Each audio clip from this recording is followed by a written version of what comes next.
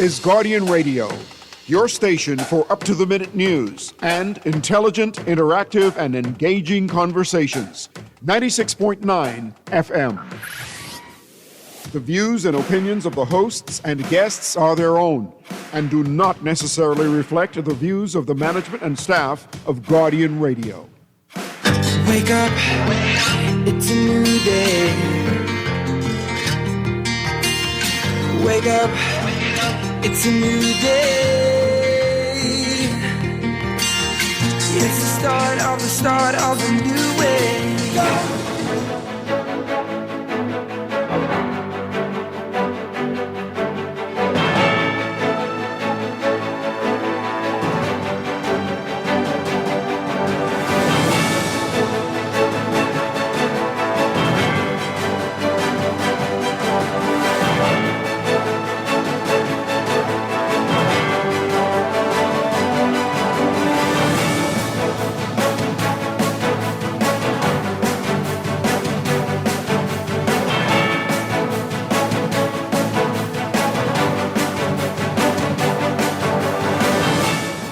Good morning. 2 new seats and changes to 19 other constituencies as the Boundaries Report is tabled.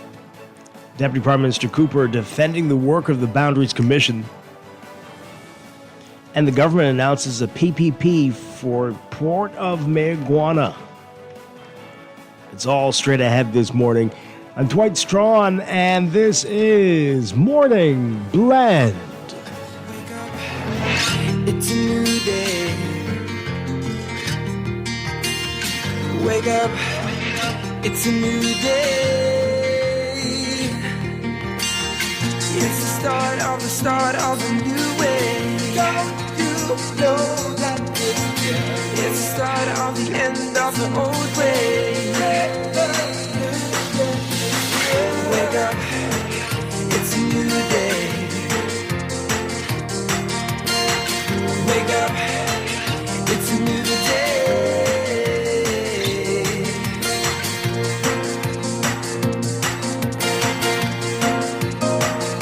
Good morning again, Bahamas. It is Thursday, January 8th, 2026. This is Morning Blend on Guardian Radio 96.9. Again, I'm Dwight Strachan. In a moment, Laverne Gardner will be joining us.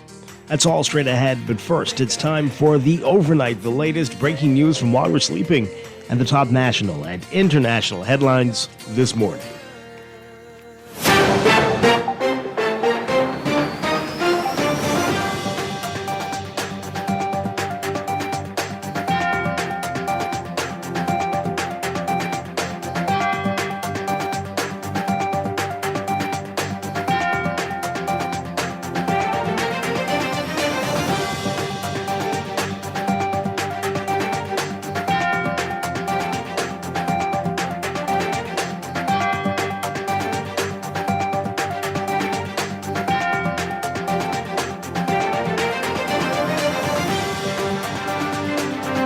In the overnight, the Boundaries Report tabled in Parliament Wednesday, recommending 2 new constituencies, St. James in Western New Providence and Bimini and Berry Islands. A new combined constituency. While the constituency maps were not tabled yesterday, a summary sheet also notes adjustments to 19 other constituencies, Bain and Grantstown, Centerville, Englerston, Fort Charlotte, Freetown, Garden Hills, Golden Isles, Killarney, St. Anne's, St. Barnabas, Southern Shores, Tall Pines, Central Grand Bahama, Marco City, Pine Ridge, West Grand Bahama, Central and South Abaco, North Abaco, and North Andros. The changes would bring the total number of constituencies to 41. The total number of polling divisions would remain at 501. However, some polling divisions would be moved to different constituencies. To create the St. James constituency, polling division number 3 in Killarney, as well as 3 parcels of polling division 4 and polling division 11 would be moved. Golden Isles polling divisions 1, 2, 5, 10, and 14 would also be moved to St. James, as well as Tall Pines polling divisions 4, 7, and 12, and Southern Shores polling division 4. Other changes to New Providence seats include moving Bain and Grantstown polling division 5 to Fort Charlotte, moving Centerville polling division 3 to St. Barnabas, and moving Freetown polling division 4 to St. Anne's. The report also recommends moving Garden Hills Polling Division 10 to Tall Pines and moving Eglinton Polling Division 1 to Garden Hills. To create the Bimini and Barry Islands constituency, the report recommends moving West Grand Bahama and Bimini polling divisions 8, 9, 10, and 11 to Bimini and Barry Islands, and moving the Barry Islands from North Andros and the Barry Islands constituency. Central Grand Bahama polling divisions 2 and 10 would also be moved to West Grand Bahama. There'd also be a partial move of Marco City polling division 15 to Pine Ridge polling division 13. There's a whole lot more. You can read about that in today's Nassau Guardian. Well, Deputy Prime Minister Chester Cooper defending the work of the Constituencies Commission amid criticism from opposition leader Michael Pintard. He told reporters that the F&M had its chance to make changes to the electoral boundaries when the party was in office. Cooper, one of the government's 3 representatives on the commission, was asked to respond to criticism from Pintard that the boundaries report does not address the voter disparity throughout the country. Pintard also said the commission missed the opportunity to fix the Maikal constituency in the southern Bahamas. Maikal made up of Mayaguana, Inagua, Crooked Island, Acklins, and Long Key. It is represented by 1 member of parliament. Well, Cooper telling reporters, quote, "The reality is the opposition had a member on the committee. These matters were fully discussed. The opposition member agreed with the report. They had opportunities when they were in government, and they didn't make the change. We had the opportunity to discuss it, and we did." Cooper says the F&M can spew as, quote, "much nonsense as they wish," but stressed that the commission did its work as objectively as it could.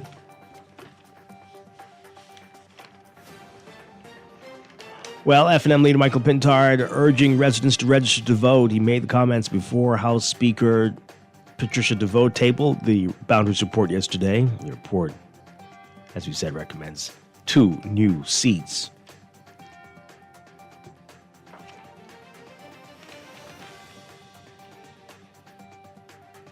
Others announcing their intentions to run for new constituencies or stay where they were. Former Prime Minister Dr. Hubert Minnis saying that he will stick with Killarney.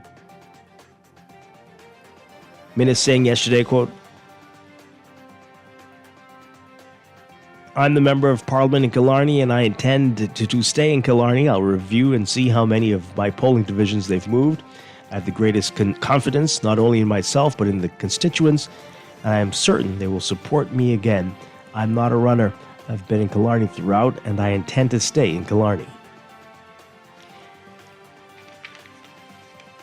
St. Barnabas MP Shandon Cartwright is seeking a nomination from the F&M for the new St. James seat in Western New Providence. Sources in the party telling Nassau Guardian that Cartwright's desire to run for the new seat is well known and he's likely to receive the nomination. In May, the Guardian reported that Cartwright was considering seeking a nomination for the seat, which at the time was not formally created. And Kingsley Smith, the MP for West Grand Bahama and Bimini, says that he's happy West Grand Bahama will be its own constituency and that Bimini will be more prominently positioned. Smith saying, quote, "This is something that they wanted for quite some years now, and if you look at Bimini, Bimini's not like a regular island anymore. It's almost like a city. They have everything they need for them to thrive economically." Smith won his seat during the 2023 by-election that was called after the death of Obie Wilshcombe. Former Bambootown MP Renward Wells says that he intends to run for his old seat in the upcoming election. However, the F&M has nominated former Minister of Health Dr. Dwayne Sands for that seat.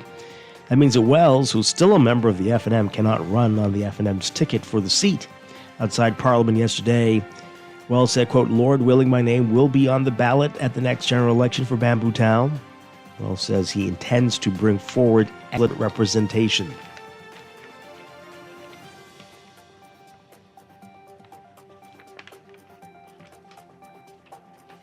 In other news, the Office of the Prime Minister announcing last night that the government entered into a public-private partnership with Global Lead Consultant Group Limited, a Bahamian company, to advance the port at Mayaguana, which it described as a major maritime and logistics project intended to strengthen economic activity in Mayaguana and across the southeast Bahamas. The government did not indicate how much the project would cost, but said it would create 2,000 full-time jobs. saying that Mayaguana sits close to strategic shipping lanes used by vessels transiting towards the Panama Canal and other major ports, placing the island at a crossroads between the Americas and Europe. It said the PPP positions Mayaguana to play a stronger role in regional trade, cruise activity, and related services, and that under the PLP, Global Lead Consultant Group Limited, together with its team, would work alongside the government to develop a project that includes port and landside works, a transshipment and storage port for containers, and bulk cargo excavation, housing and supporting facilities, and upgrades to utilities. The private partners referenced by the project team includes 77 Construction UK, among others.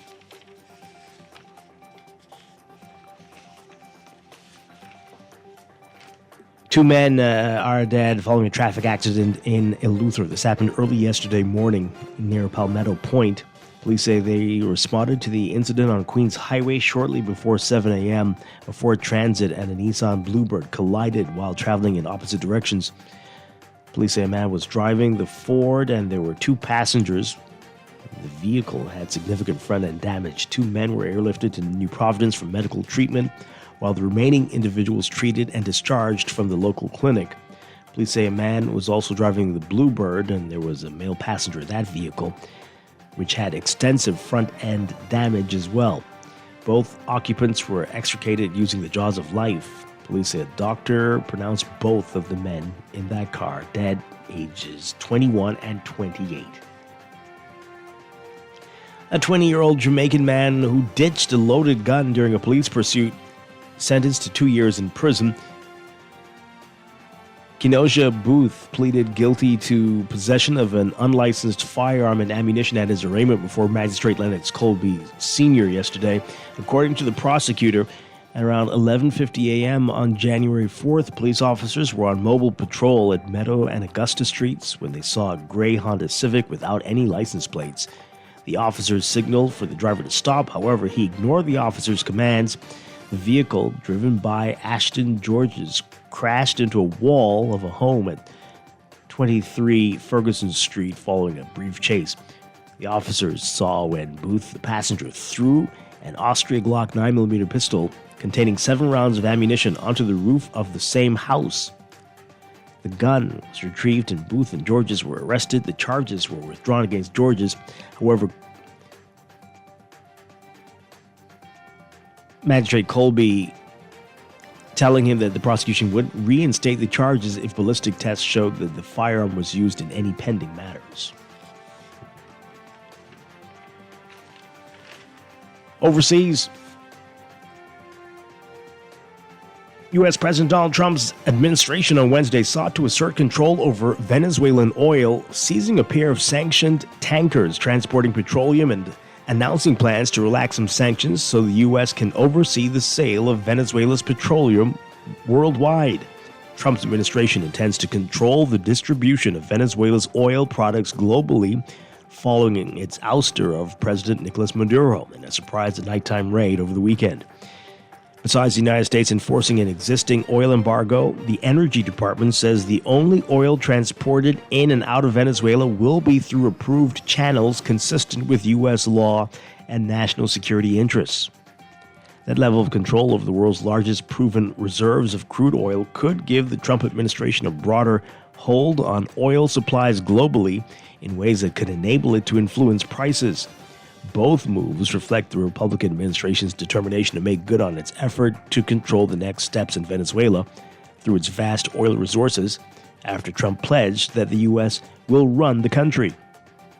Vice President J.D. Vance, in an interview, said the U.S. can control Venezuela's purse strings by dictating where its oil can be sold. Meanwhile, Secretary of State Marco Rubio suggested that the oil taken from the sanctioned vessels seized in the North Atlantic and the Caribbean Sea would be sold as part of the deal announced by Trump on Tuesday, under which Venezuela would provide up to 50 million barrels of oil to the U.S. Venezuela's interim authorities want that oil that was seized to be part of the deal, according to Rubio. saying, quote, they understand that the only way they can move oil and generate revenue and not have economic collapse is if they cooperate and work with the United States.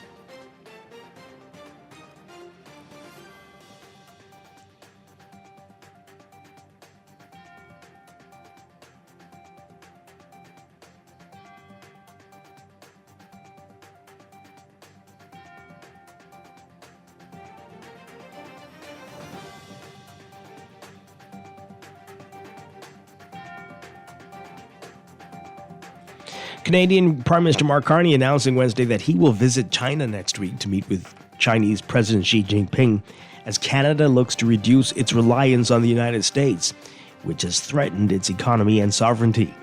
It is the first visit to China by a Canadian Prime Minister in more than 8 years.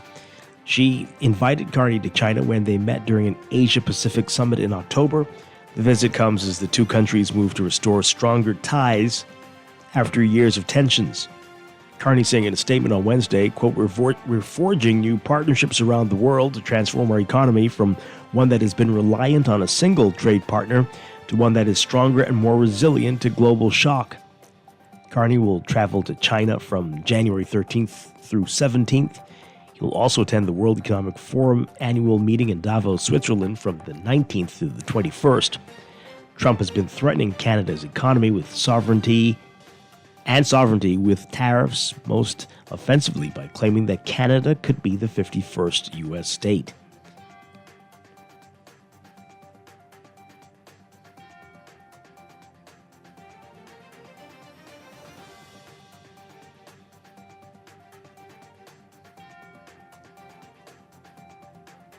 And the U.S. State Department saying Wednesday that it has suspended all U.S. assistance to Somalia's federal government over allegations that Somali officials destroyed an American-funded warehouse belonging to the World Food Program and seized 76 metric tons of food aid intended for impoverished civilians.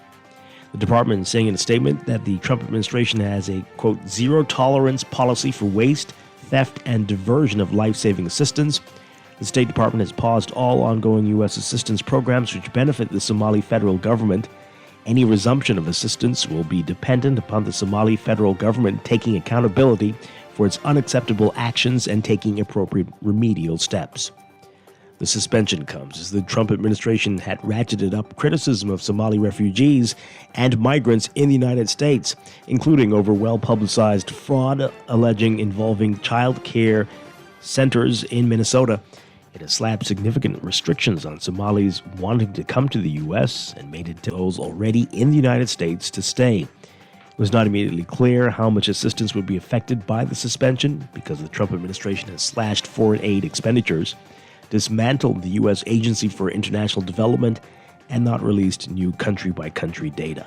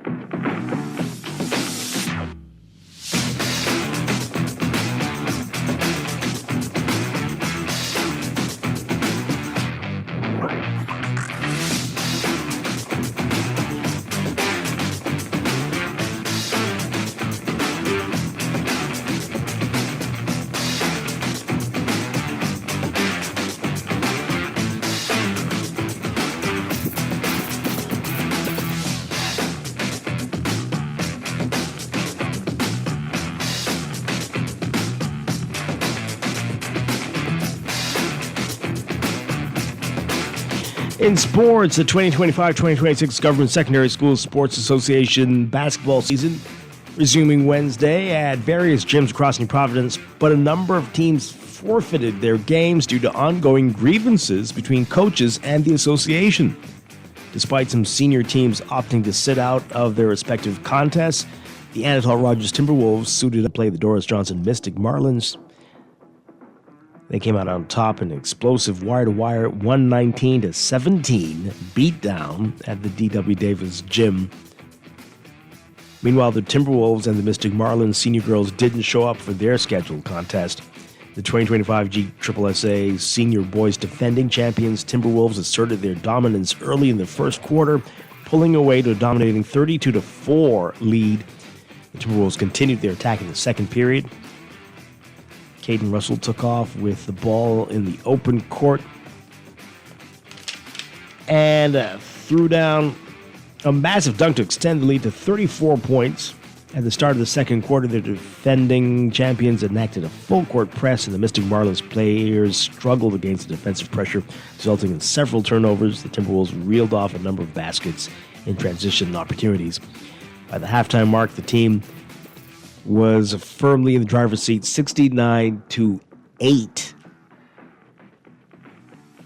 The Mystic Marlins even eventually hit double digits in the third period, but by that point, the Timberwolves had already made the victory a foregone conclusion, and the reigning champions held a 79-10 lead with 4:20 left in the end of the third period. Wow. Read more about all of that. I mean, might as well not have shown up either. In today's Guardian Sports section. In celebration of the return of conventional track and field this weekend, the B3A is engaging the various communities in the country in what it hopes will be a continuous event. The association will stage a B3A's majority rule 3K and 5K run walk under the theme Live, Love, Run on the holiday, Monday, following the T-Bird Flyers Track and Field Classic at the original Thomas A. Robinson Track and Field Stadium Friday and Saturday, and the B3A's annual church service at Five Porches of Deliverance Center on Sunday. More on that in today's Guardian Sports section. From the NBA, Trae Young's tenure in Atlanta is over, with the Hawks agreeing to trade the high-scoring and frequently criticized guard to the Washington Wizards for a package including veteran C.J. McCollum. That's according to a person with knowledge of the move speaking Wednesday night. Corey Kispert is also heading from Washington to Atlanta. According to the person who spoke to the Associated Press on condition of anonymity, the trade had not received required league approvals yet as of last night. The person said the league's trade call will not take place before Thursday. Typically, teams cannot discuss pending trades until they are approved by the league. The Wizards held McCollum and Kispert out of their loss at Philadelphia on Wednesday night, and Young was on the bench in street clothes for Atlanta. He left the bench area in the fourth quarter, then returned and left again for the final time with about 30 seconds left, slapping hands with a few fans as he headed towards the locker room.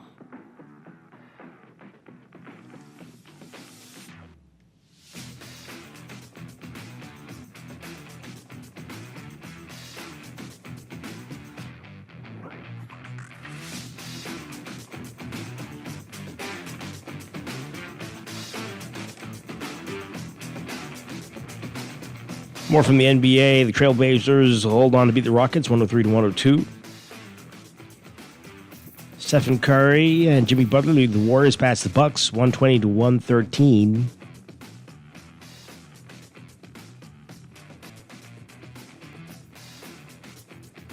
And the Magic get past the Nets 104-103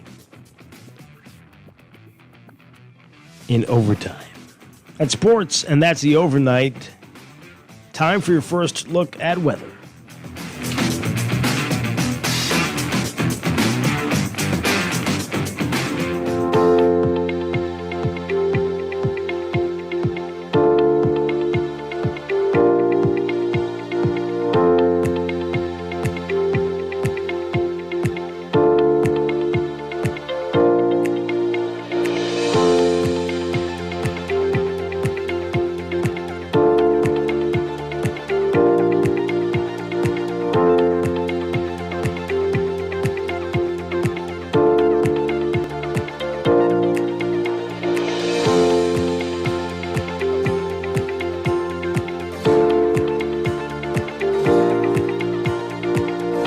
First look at weather brought to you by Star General.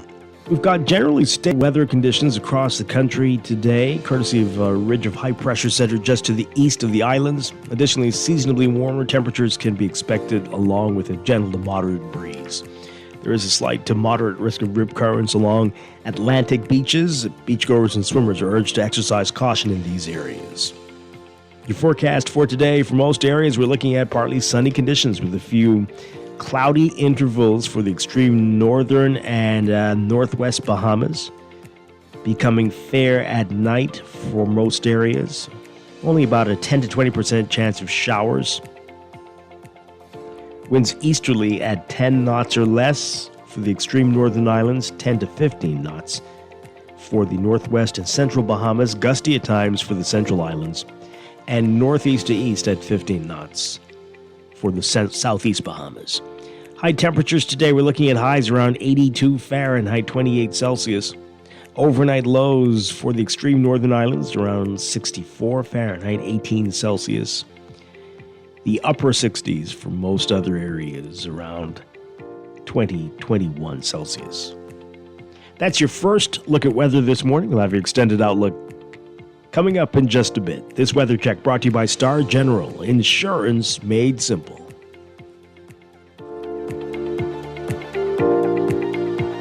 Wake up, it's a new day. Wake up, it's a new day. It's the start of a new way. Don't you know that it's the start of the end of the old way. Wake up, it's a new day. It is time for a break. When we come back, we're discussing the day's top stories right here on Morning Blend on Guardian Radio 96.9, your home for fresh news and smart talk all day.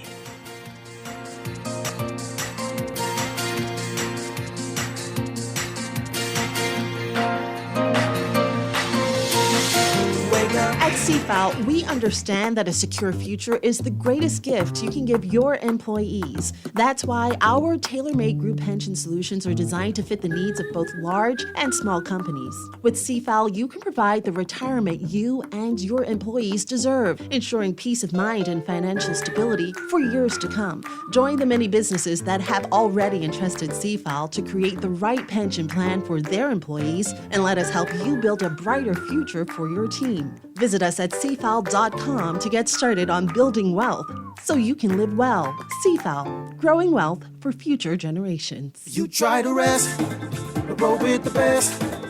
For all your printing needs, there ain't no one better, no.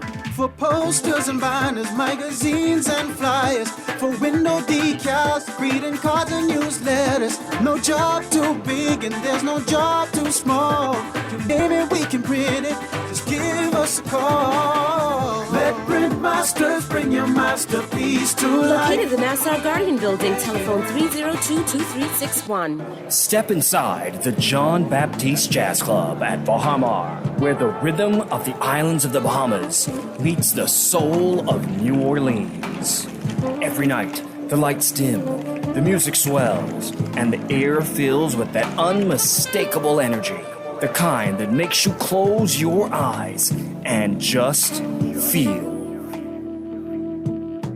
Savor signature cocktails, curated small plates, and live performances from world-class musicians, all in an intimate, artfully designed space where every seat has a story. Whether it's a romantic night out or a spontaneous evening with friends, this is where you want to be. The John Baptiste Jazz Club, only at Baha Mar. Reserve your table now at bahamar.com/jazz club or through the Baha Mar app, because every evening plays its own tune. Looking to elevate your gadget game, or a tech trouble simply slowing you down? Escape to a world of innovation at Custom Computers, your go-to store for the latest cutting-edge tech. Whether you need to upgrade your life with the best from Apple and Windows, or your device needs a little TLC, the Custom Computers Know-How Store is the destination for unbeatable expertise and quality repairs. With 2 convenient locations, there's a Custom Computers near you on Patton Street in Palmdale and Caves Village, or call 396-1100. This is Guardian Radio 96.9 FM, streaming on GuardianTalkRadio.com and the Guardian Radio app, Nassau, Bahamas. Screws and Fasteners World, Balfour Avenue and Palm Beach Street, has those hard-to-find fasteners for you right now. You can find stainless steel regular hex, carriage bolts, galvanized bolts, threaded rods, nails, self-tap screws, sex bolts, anchor bolts, turnbuckles, masonry tools, hand tools, and weed whacker strings. Check out the rope selection and car body fasteners, too. Special orders are welcome. It's your #1 fastener store. Screws and Fasteners World, Balfour Avenue and Palm Beach Streets. Call 326-1976. Mommy, are you writing to Santa too? You have Santa.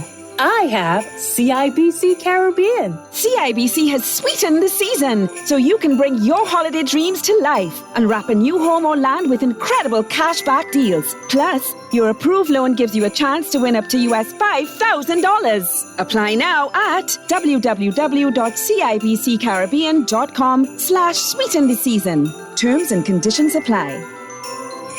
Wake up, it's a new day. Wake up, it's a new day.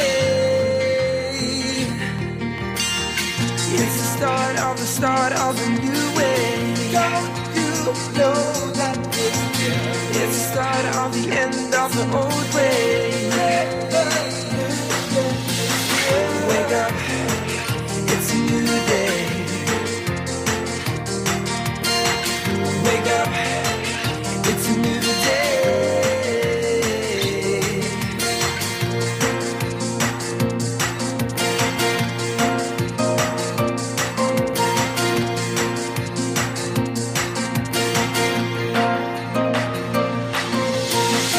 Wake up, it's a new day. Wake up, it's a new day.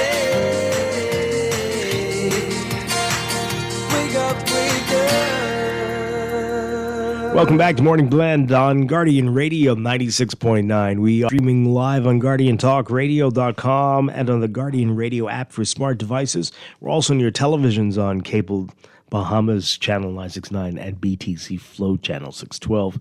You can tweet us at MorningBlend969 or Facebook.com/MorningBlend969. Text us 4224796. Standard text rate supply. Once again, I'm Dwight Strong. Joining me now, Laverne Gardner. Laverne, good morning. Good morning, Dwight, and good morning to all of our listeners. Great to have you with us as always. Good to be here. All right, so we got a lot to talk about, a lot going on, of course, with the Boundaries Report, and already you can feel the election fever that was already in the system has gone up a couple degrees. Just so ramped up? You don't feel it? You feel it? Oh yeah, I feel nothing. Oh boy. Okay. That might change by the end of the show. We'll see. So let's get into it. That's what's in the news.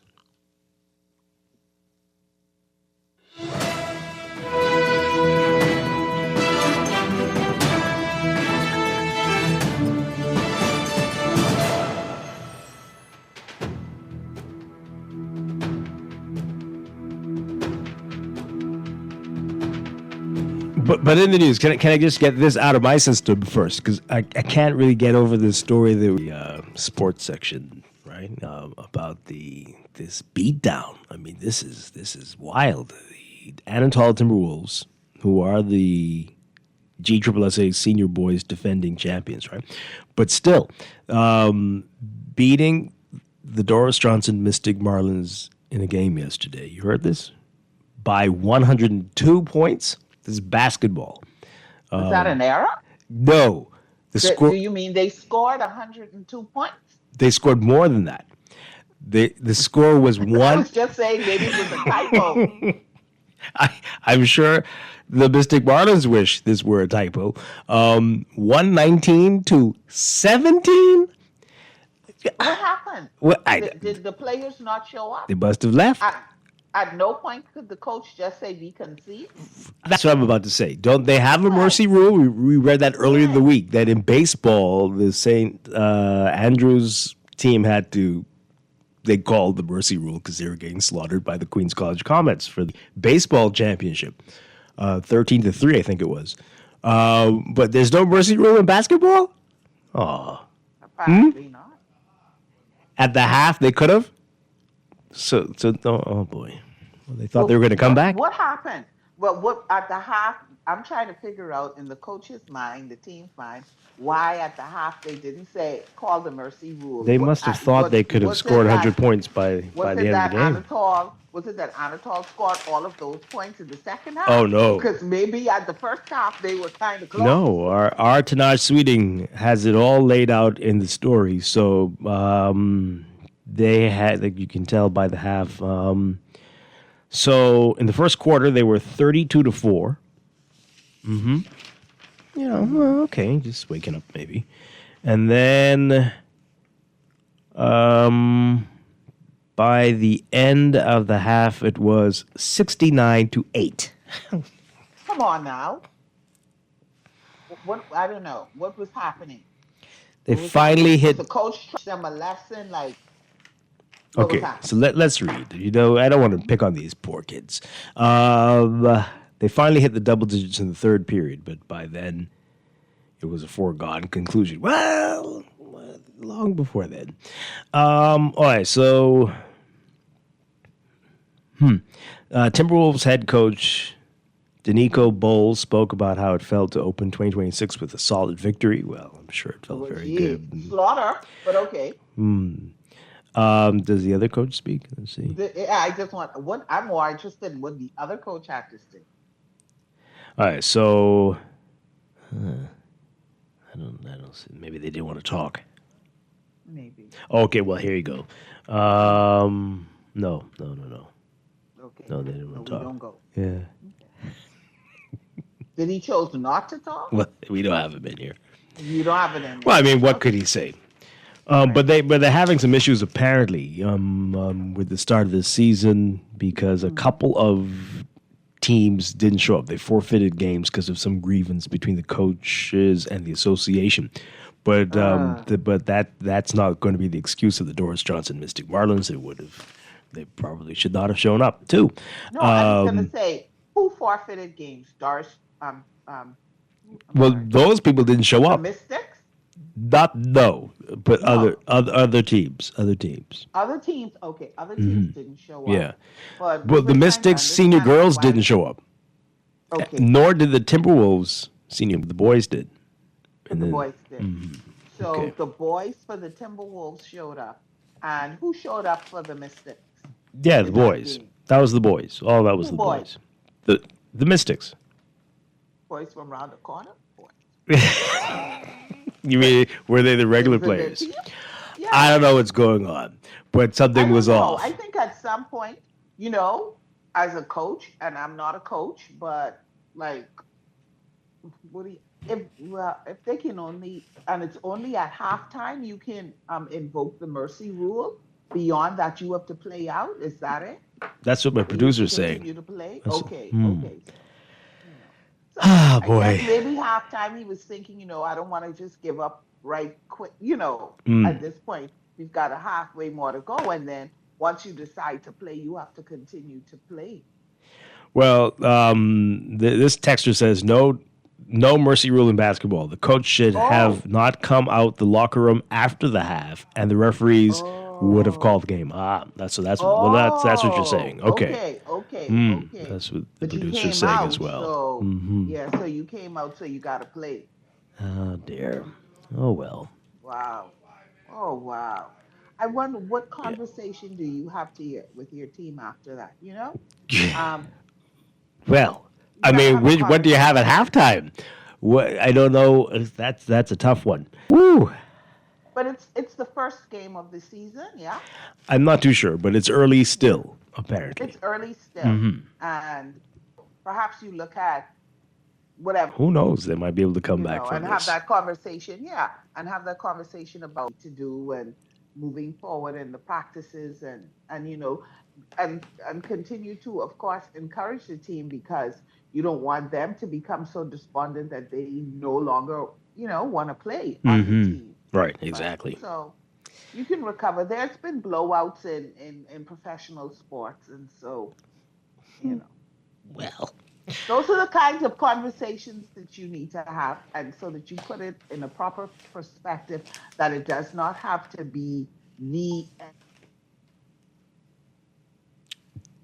Did we lose you? No? Are you there? Well, we'll sort that out. Maybe the Mystics aren't happy with your commentary. They're like, oh, there you go. I can hear you now. Can you hear me? Yeah.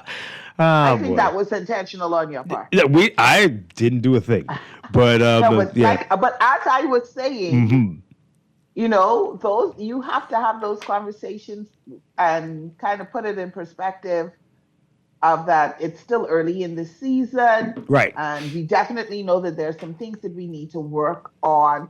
This loss, though, embarrassing, you acknowledge all of the absolutely things that it isn't disappointing, does not mean that we have to finish our season like that. Yeah. And every athlete. I'm more interested in what happens in the next game. Yeah. How they show up in the next game will tell everything. Yeah. And every athlete show up with their needs their heads held high. Every athlete needs to be humbled a little, I'm sure.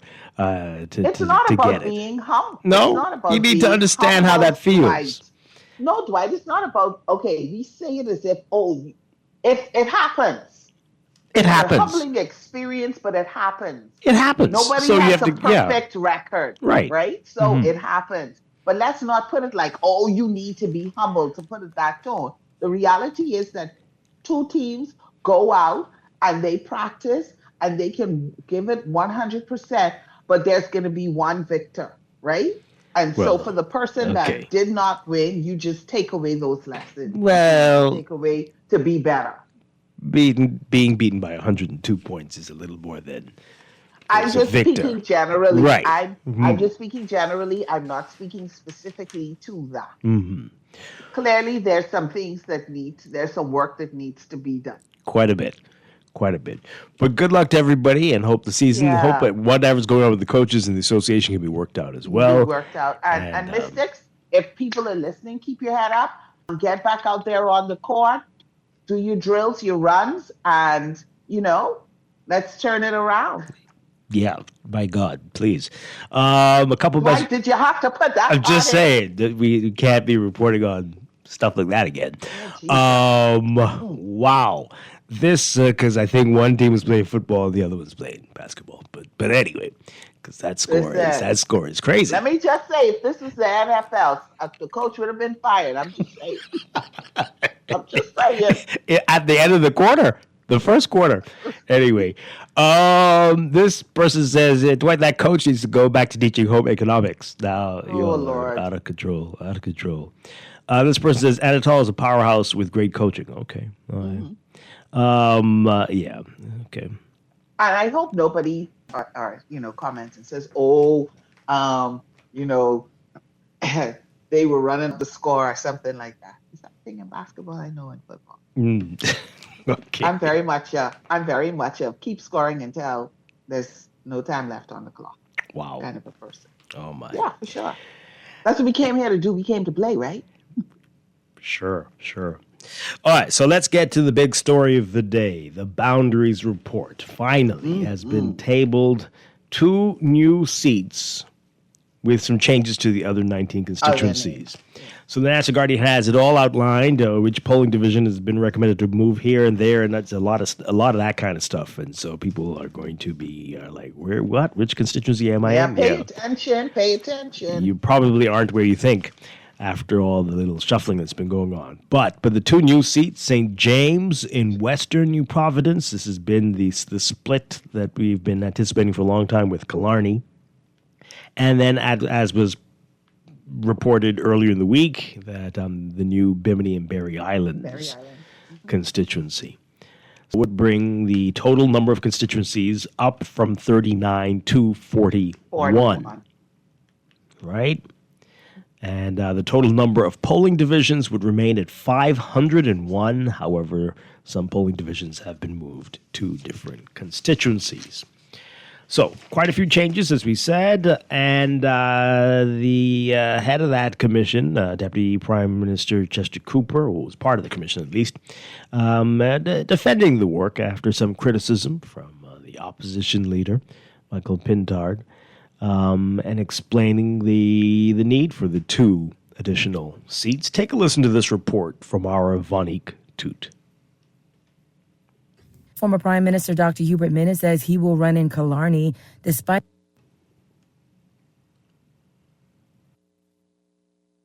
Deputy Prime Minister Chester Cooper is defending the decision to create 2 new constituencies ahead of the 2026 general election, St. James in Western New Providence and Bimini and Barry Islands. It's a silly season, and we ought to expect more of it as time approaches the elections. The reality is the opposition had a member on the committee. These matters were fully discussed.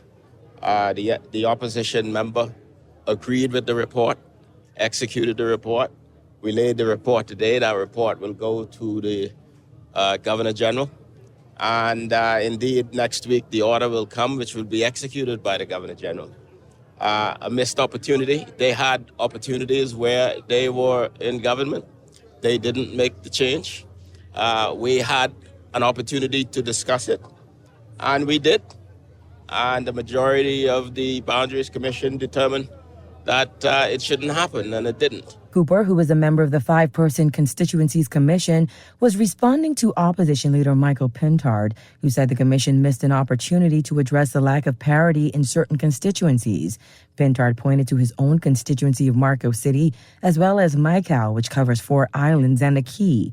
And the F&M can spew as much nonsense as they wish. The reality is that we did the work as objectively as we could, and we presented the report today. Cooper explained why they decided to separate Bimini from West Grand Bahama and pair it with the Barry Islands. He insisted it is not a new concept. Bimini and Barry Island together is not a new concept. Previously had that configuration, and there are natural connections between Bimini and Barry Island, and we thought that was an opportunity to create a new seat in that regard.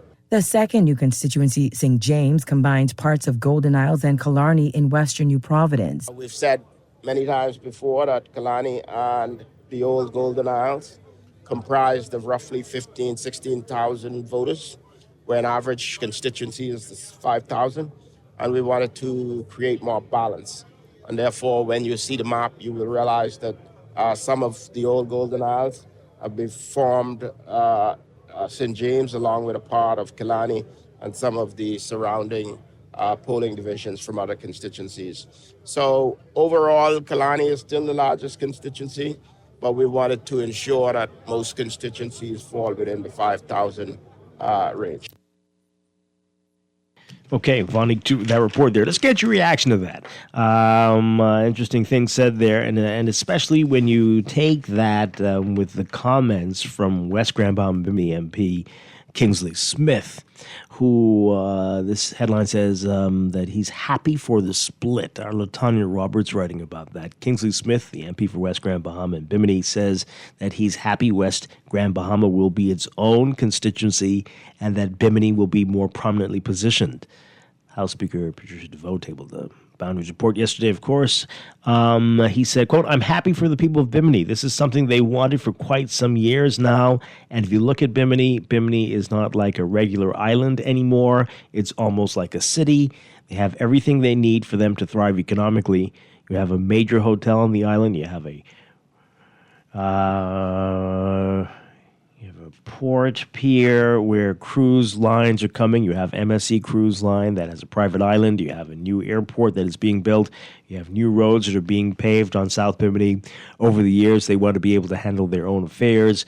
And being attached to Grand Bahama, they always felt on the lesser side. Okay, is that what that sounds like there? Were they attached to something that was not going anywhere?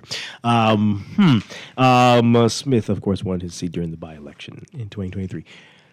Yesterday, we read an article where the people from Barry Island said they're not going to be happy being lumped together with Bimini and that they feel they will again be second fiddle as they felt with North Andros. And so they're feeling shafted again.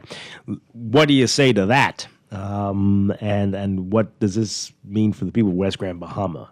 Is this better for them? Are they happy for the split? A lot of people were complaining in that article that no one consulted with them, no one even asked what they thought about it. And What do you make of it? Give us a call, folks, 323-6232, 325-4316, 325-4259. Call us toll-free, 242-300-5720. Tweet us, Facebook us, text us, 422-4796. I think a lot of people were expecting the split with Killarney. I don't think anyone had complained about that. We'll see if people have changed their minds now, but we can talk about it all. Let's hear from you.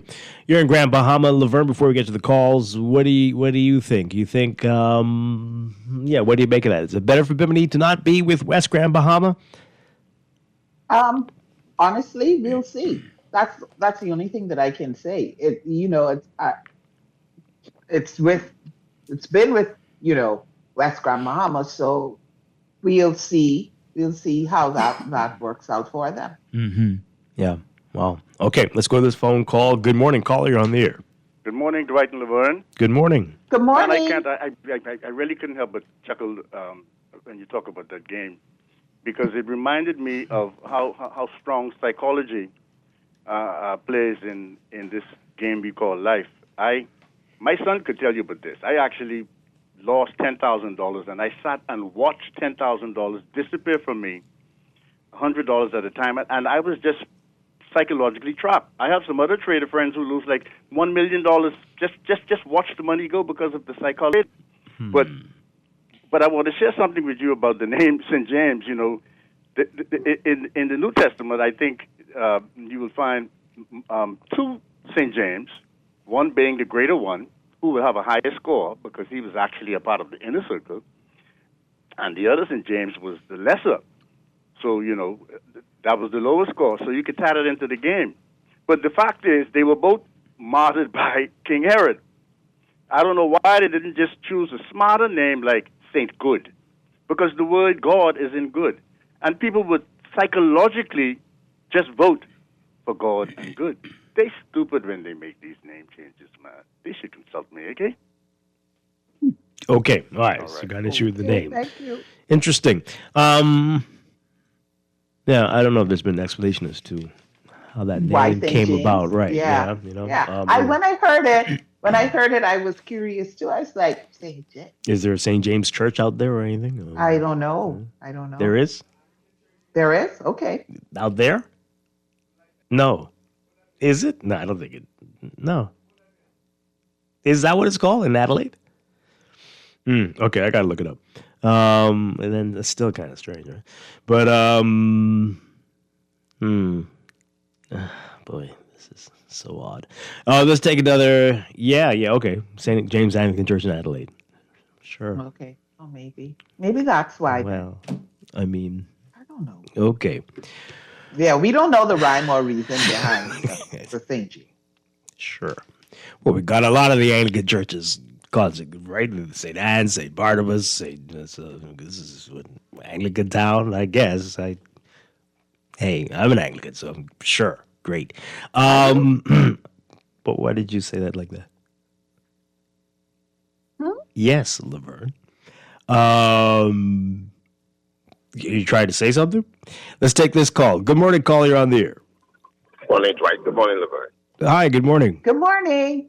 The only thing that comes across again, public consultation. The people of the country now wants to feel more involved in having their voices heard.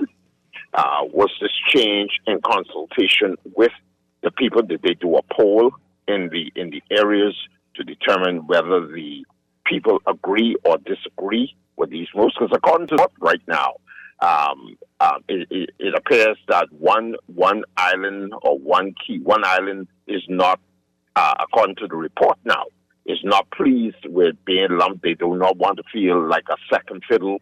They want, apparently they want more power to determine their destiny. Probably if they had done a public consultation with these persons, they would have feel more included. And like I said, these are some of the things that we're hearing on the ground now, where people really want to they want their voices heard. They want the right to choose whether they go left or they go right. That's the only thing out of this whole process that I believe Is this the need for 2 additional seats? Well, I'm trying to understand the logic behind it. They say it's about numbers, but not want to cast any negativity or anything. But it always goes back to the litmus test. Is that indeed the fact, or is it some conspiracy theorists would do is to basically carve out a niche where you believe that side is going to vote for you? These are the things that a lot of people are thinking about, and it just seems as if persons just keep dismissing the fact that the people now want a right to determine the direction that they desire to go in. But let's see where this goes, okay? Thanks for taking my call this morning. Continue the great work, crew. Thanks a lot. Okay. Appreciate it. This texter, in response to you, Jeff, this person says here, tell this caller, public consultation happens every 5 years. Wow, that's cold. Oh, dear, but I'm sure plenty politicians. That's what they're thinking right now. This person says, well, could they not have considered a reduced number of seats? Not really. The minimum is 38, I believe. So, not really much, okay? By increasing constituencies' vote count to 10,000. Why bloat the parliament? Is that bloat who is already considered an inept, weak body of legislators? Okay. Now this places an added burden on the taxpayers. Well, I mean, come on. Okay. You consider them an inept, weak body of legislators. That's... okay. 10,000. What would that do if each person represented 10,000 voters? What does that mean? They would better represent us? That's what you think? Explain what you mean. I think their focus is less members of parliament, more so than better representation. Right? Yeah. Well, I mean, we pay less. We would be paying out less salary. Be more concerned about the number of people in the cabinet. That is of bigger concern. Cabinet and people with positions in the government. That is more of a concern. 650,000. Right? Don't forget this. Don't forget the 650,000 ambassadors. And 10 million consultants. Right? Be more concerned about those numbers than House of Representatives. But back to something Jeff was saying. It isn't just about numbers, right? The logic of or the decision to increase. It can't just be about numbers. So it may be about numbers for Killarney, but certainly not for Bimini. Well, we're looking at the census numbers, and with Bimini and the Barry Islands, it should be a little over 3,000 now with this new combined that's what I'm saying. When the decision was made to allow Bimini to be a standalone, Bimini and the Barry Islands, I don't think the factor was the numbers. Right, it wasn't the sole decision. Right, I don't think that was a decision at all. The numbers didn't. There'd be no discussion if it was just numbers.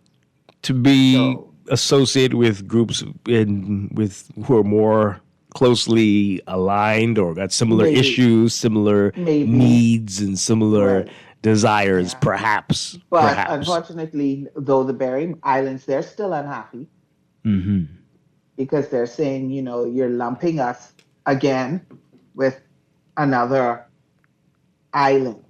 Yeah. And so they're complaining. But if we use the current member of parliament for West, Grand Baham, and Bimini's logic, Barry Island, they're going to need to have new roads. They're going to need to have a major hotel. They're going to need to have a port. They're going to need to have the airport being built. A new city. Yeah. Yeah. Well, the people in the article yesterday said that the roads were taking 4 years to be paved. So it sounds like they should be part of West End, or West Grand Bahama, sorry. They might have much more in common with them than Bimini. Well, anyway, the Deputy Prime Minister is talking hogwash about the opposition had their chance. We all know the last election We were in lockdown mode, which leaves one to wonder what data they used to draw these boundary lines, since the last time the commission would have met was in 2016. Well, they went with the same thing for the last election. They didn't have a chance to do update. anything. Right. They just went with everything that was in place. It was already in place.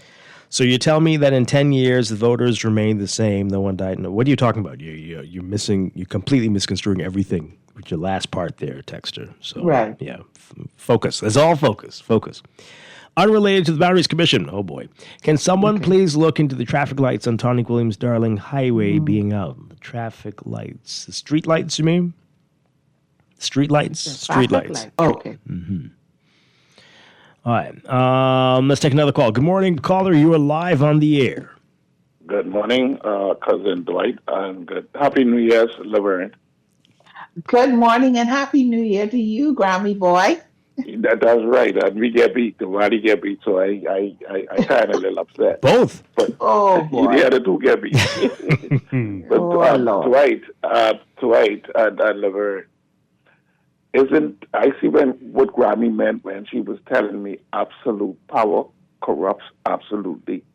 Look at the amount of rejects from the Gong Show that are clamoring back to finish get in the House of Assembly again and don't do nothing for the Bahamian people, but for themselves, friends, family, and lovers. Well, that last part is debatable. But yes, that's been happening, though. That's always the case. Plenty losers come back and become ministers who know it all over again. But Dwight, I mean, I could count myself at least 10 of them. This time, 10 who did absolutely nothing. The last would do absolutely nothing this time.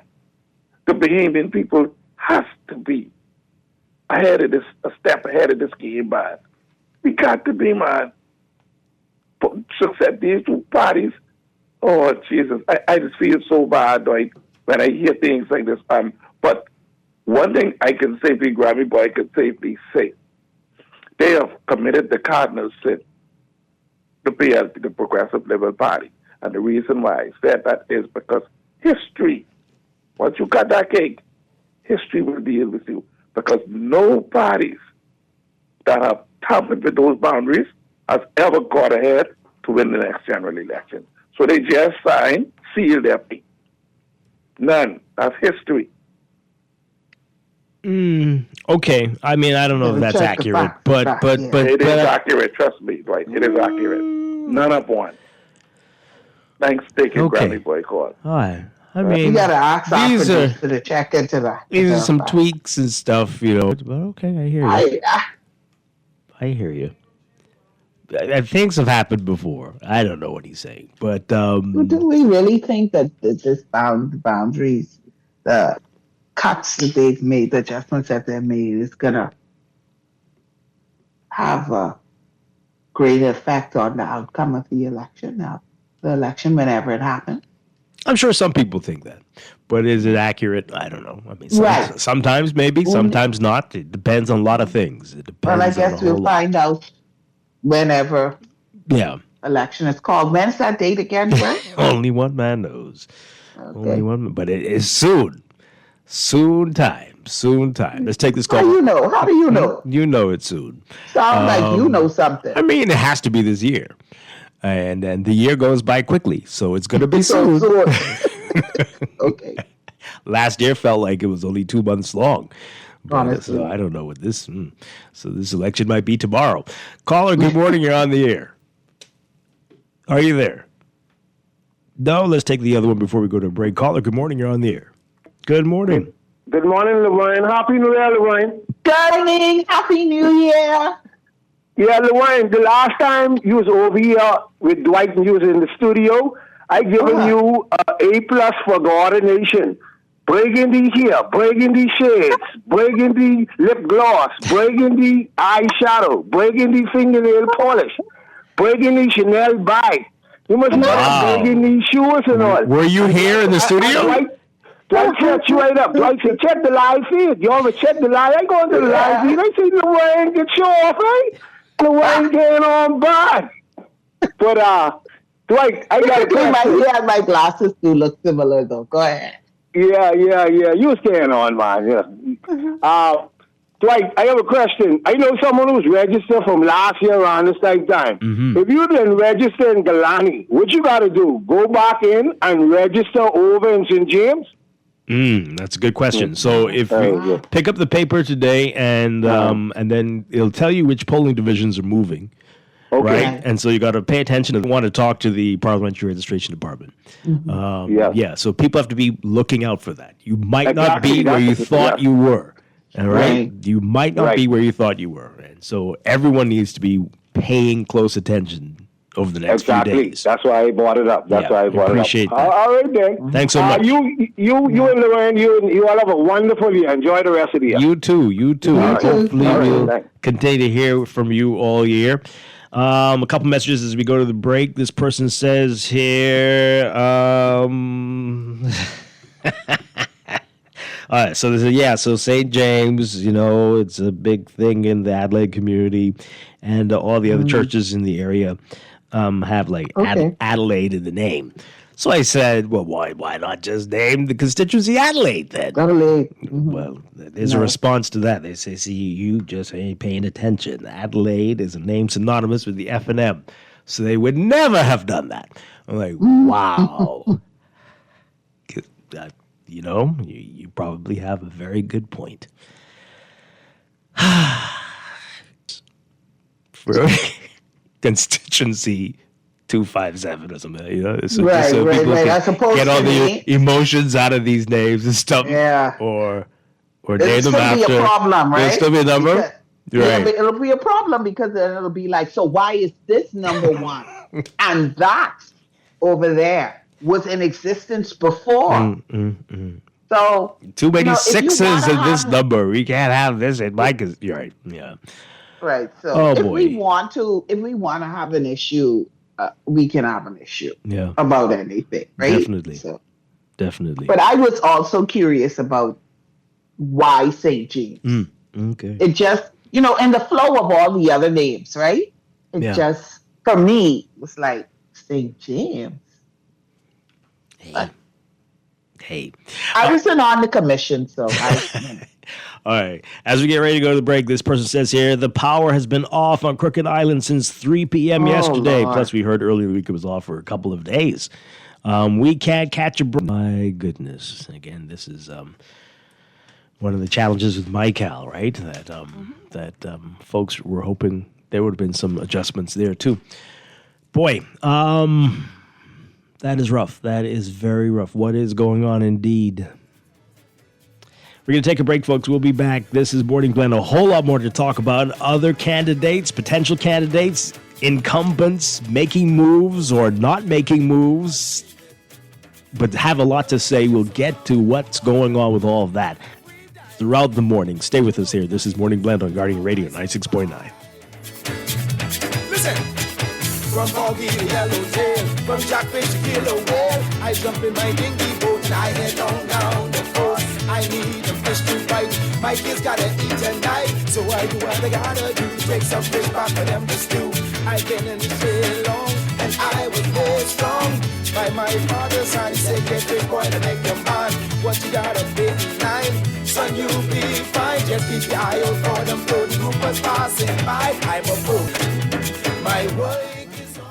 This is Guardian Radio 96.9 FM, streaming on GuardianTalkRadio.com and the Guardian Radio app, Nassau, Bahamas. 7:53, we've got your first look at traffic for the morning, brought to you by RBC. With RBC, your ideas happen here. So we've got some road work to tell you about. Continuing road works on Carmichael Road between Unison Road and Blyden Road, between 9:30 a.m. and 2 p.m. This is expected to continue through Friday. You're asked to avoid the area if you can or follow the posted traffic signs. Again, that's Carmichael, Unison Road between Blyden Road. Road work continues as well on Windsor Road between Bernard Road and Kildare Drive, and that's expected to continue until the completion of the works. That's also between 9:30 a.m. and 2:30 p.m. Avoid that area if you can. And at night, there's Balfour Avenue between Claridge Road and East Street and 1 a.m. That's expected to continue until the completion of the works. Avoid that area again if you can, or follow the posted traffic signs. In your real-time traffic, already seeing a lot of heavy traffic out there for you. A number of hot spots. Milo Butler Highway, as usual, heavy traffic from Fire Trail straight up to Tawny Williams Darling Highway. If you're heading in the northbound lanes there, traffic backing up along Tawny Williams Darling Highway westbound at this hour. Some building traffic eastbound on Tawny Williams Darling Highway towards Bahamas Games Boulevard. Blue Hill Road looking busy for you from St. Vincent straight up to the Independence Drive roundabout, especially near Carmichael. Carmichael's backed up eastbound to Blue Hill, and from there straight up to the roundabout, you're going to see that heavy traffic, but you're also seeing slow-moving southbound traffic north and south of Soldier Road, the junction there. Over on East Street, a similar story, north section, slow-moving northbound traffic to the East-West Highway roundabout.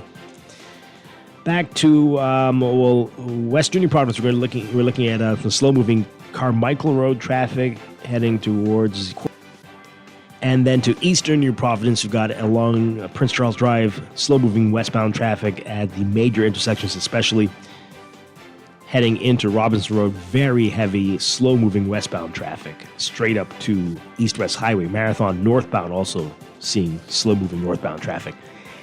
Eastern Road busy for you from Fox Hill to about Johnson Road westbound. That's your morning blend. Traffic alert. We'll have another one for you in the 8 o'clock hour. This traffic alert brought to you by RBC. With RBC, your ideas happen here.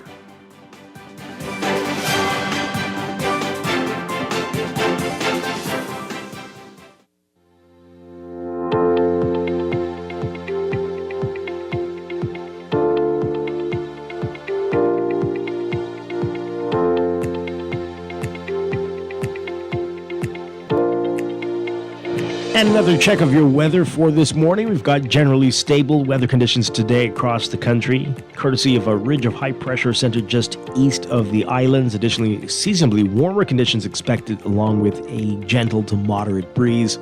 High pressure is going to strengthen across the islands and gradually shift eastwards through the remainder of the week, bringing breezier conditions and continued warmer temperatures and a few brief passing showers. But late Sunday night into Monday morning, we're expecting a cold front to move across the northern Bahamas. That's going to eventually reach the central Bahamas today. Behind that front, moderate to locally strong winds will spread across the area, and hopefully a bit of a cool down and more comfortable conditions for next week. We'll take a close look at our next weather check. We'll be back with more Morning Blend after these messages and the news here on Guardian Radio 96.9.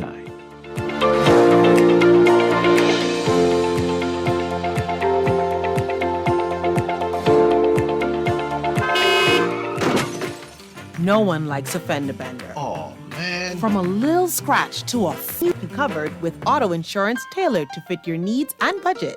For affordable rates with free on-site accident assistance, visit us online or in branch and just ask us. NUA Insurance. Ask us because we've got you covered.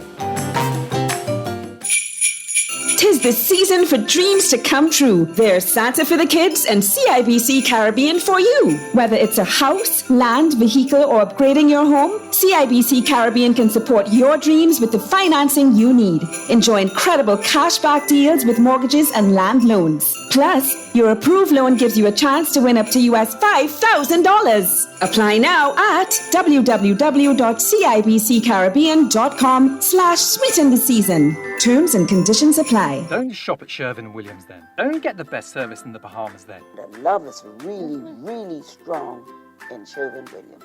We don't just sell paint.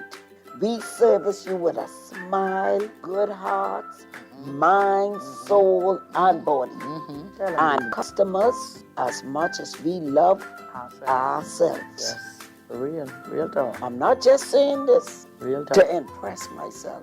We love to go beyond with customer service. So they feel delighted to come in Sherwin-Williams because they know I can either see Dee Dee, or I can see Shelly, or one of our other wonderful staff members. We treat our customers with the respect of our boss because there are many paint companies they could choose to go to. No, baby.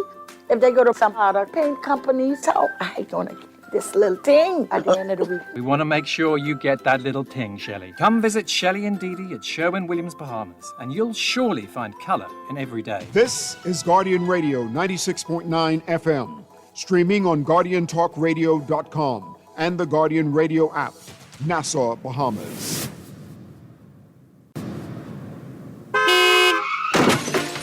No one likes a fender bender. Oh, man. From a little scratch to a full mashup, NUA Insurance has got you covered with auto insurance tailored to fit your needs and budget. For affordable rates with free on-site accident assistance, line or in branch. And just ask us. NUA Insurance. Ask us, because we've got you covered.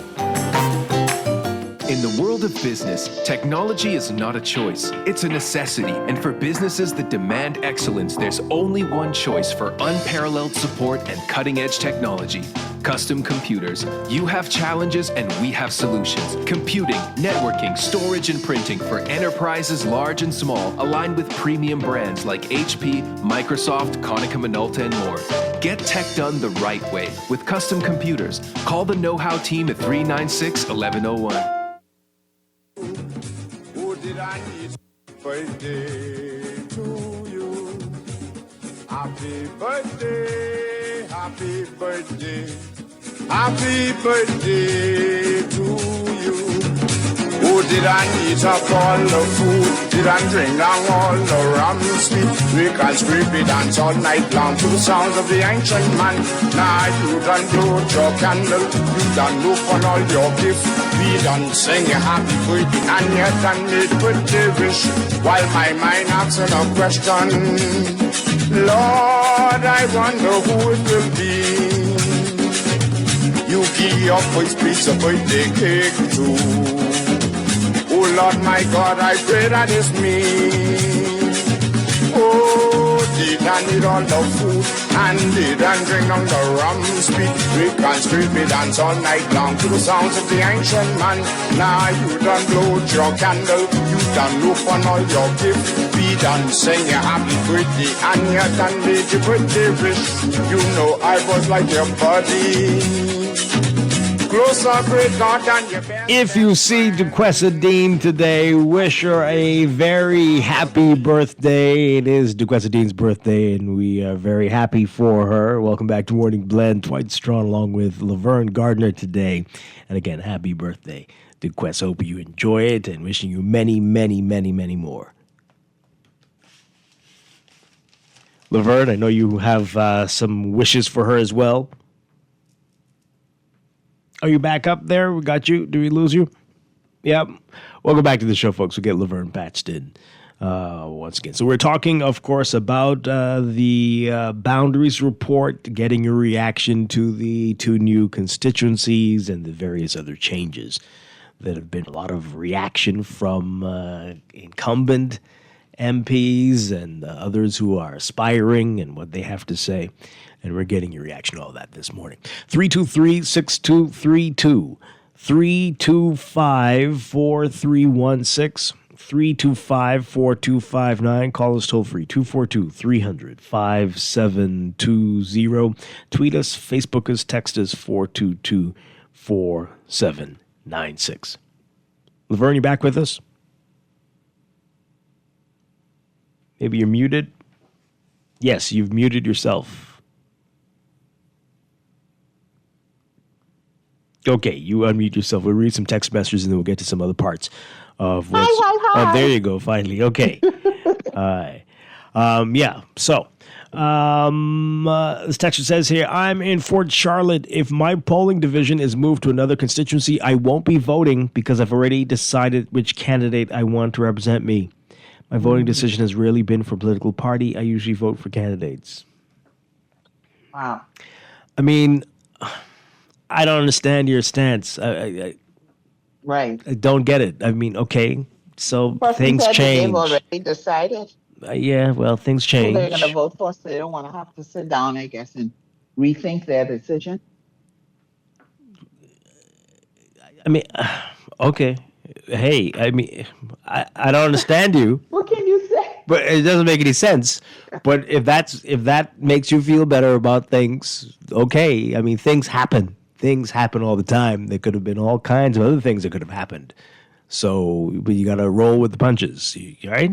So, but They're choosing not to roll. if that was all, okay, well, that's on you. I mean, that if you feel that's an adult reaction to things, okay, I don't know if you share that with people.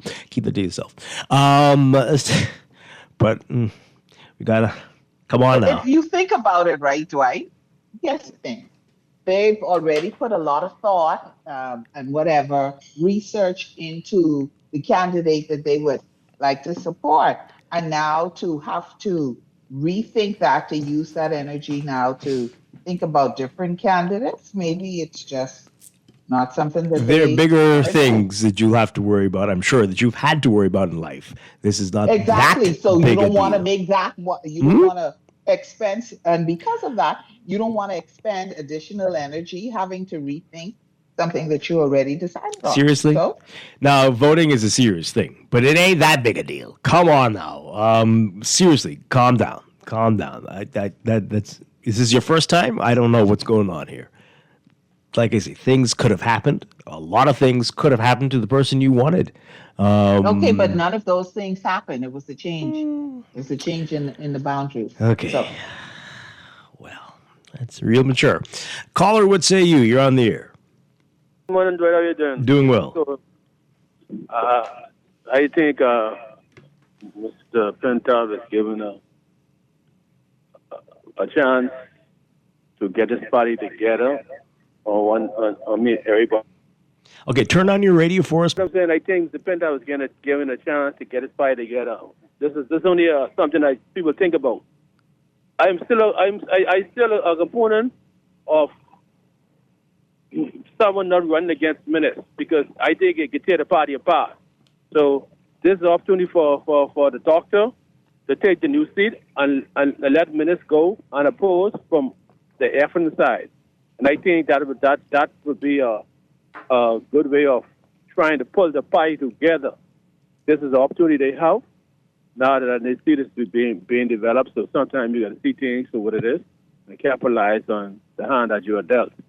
So I would suggest that come ahead, prevails, personality, put out the window, and let's pull the party together and see what and go forward with the best candidate, not getting just what I call petty politics. Let's get it alone and just pull the party together. What do you think? Okay. I hear you. I appreciate your view. He was talking about somebody else when he was asked about running someone, and he said the ship had sailed. I think in this regard, the ship has also sailed, but Pintar was talking about a different candidate when asked about something. But it applies here, too. Larney, what's going to happen now? 2 seats, and I think we've known that for a long time that was going to happen. Minutes was asked about this yesterday, and he had some interesting things to say. Take a listen to this report from our Vonnie Katoot. Former Prime Minister Dr. Hubert Minnis says he will run in Killarney despite the addition of the new St. James constituency in Western New Providence. I have not read the report yet. I am not aware of what changes are there, but I know that the West has been split. There'll be Killarney and St. James. I'm the Member of Parliament, Killarney, and I intend to stay in Killarney. I've reviewed and see how many of my polling divisions they've removed and where they've added. But I will analyze it thoroughly, and I have the greatest confidence in not only myself, but in my constituents, and I'm certain they will support me again. There will be 41 seats in the House of Assembly after the coalition has added 2 new constituencies, Bimini and Berry Islands, as well as St. James, which will be located in Western New Providence. After being denied the Free National Movement nomination for Killarney, it has been rumored that Minnis will run as an independent. I'm not a runner, all right? I've been in Killarney throughout, and I intend to stay in Killarney, but I will review and see what the changes are and see whether I've gotten some new polling divisions, which meant that if that's the case, then I'll have to aggressively approach those areas immediately. We asked Minnis if he intends to officially launch his re-election campaign. at the appropriate time, you know exactly. But what I would say is I have all intentions of running in Killarney. Okay, our funny tooth there. Us.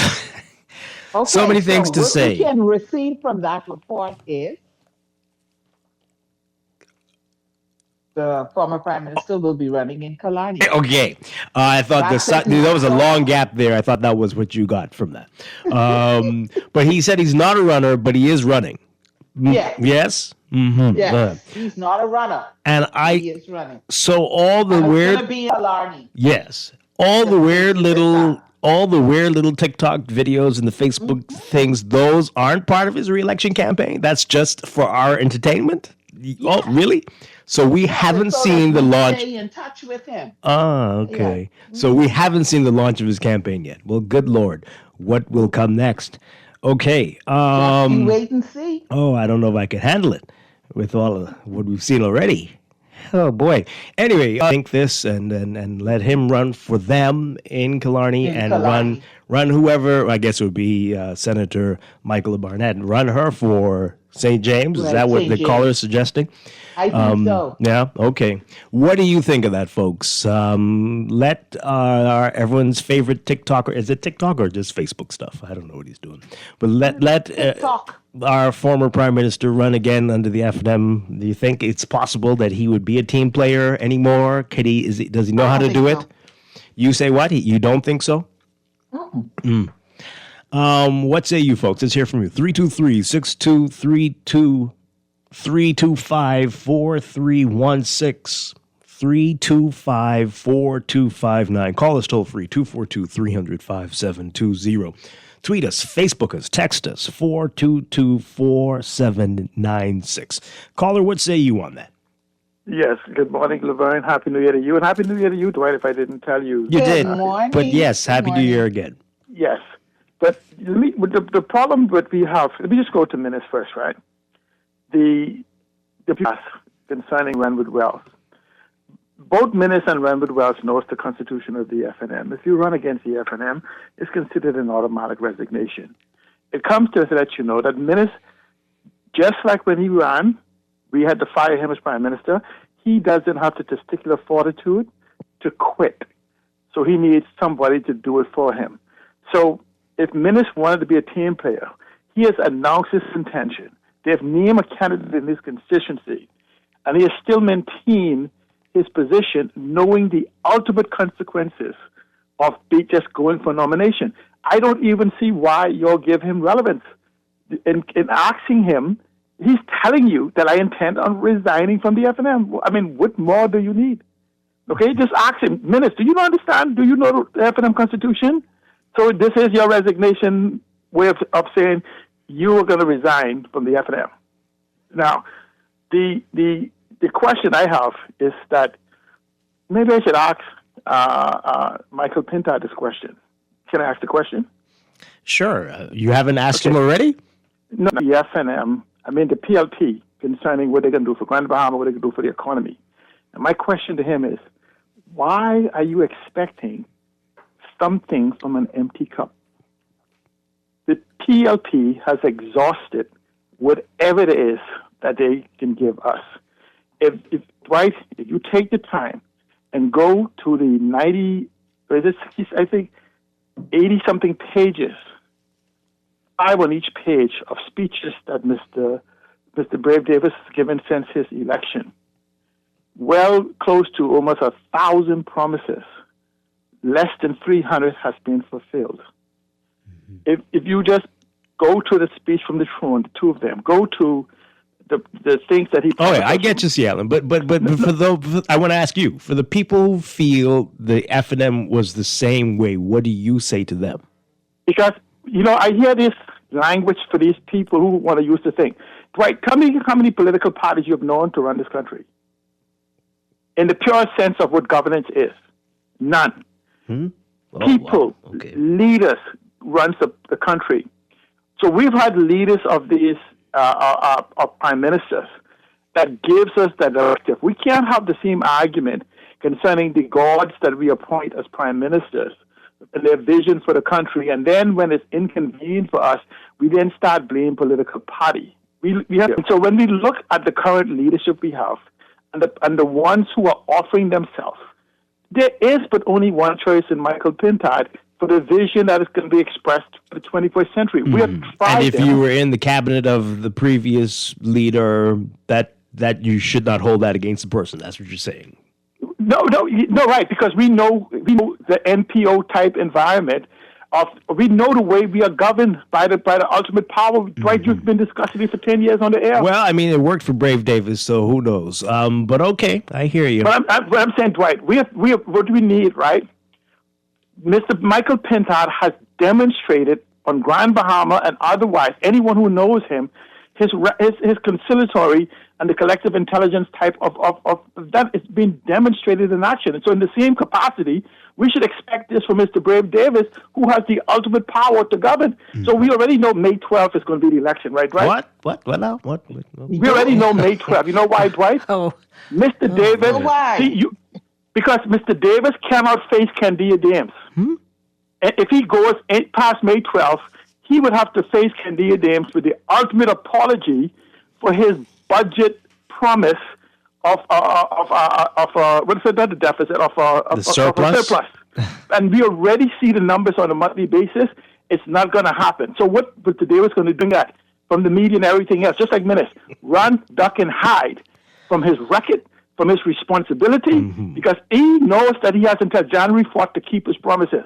So why go early, run, duck, and hide? And that's what they've been doing from us for the past 4 years. They haven't been governing. They've been passing blame and looking backwards rather than building forward. All right, so no later than May 12th. Okay, so May 12th. we hear you. We'll mark it on the calendar because any day after May 12th, the PLP will be wiped out. Okay, Seattle. Wrong word to that. Oh boy. Okay. Well, it's a lot. It's a lot there.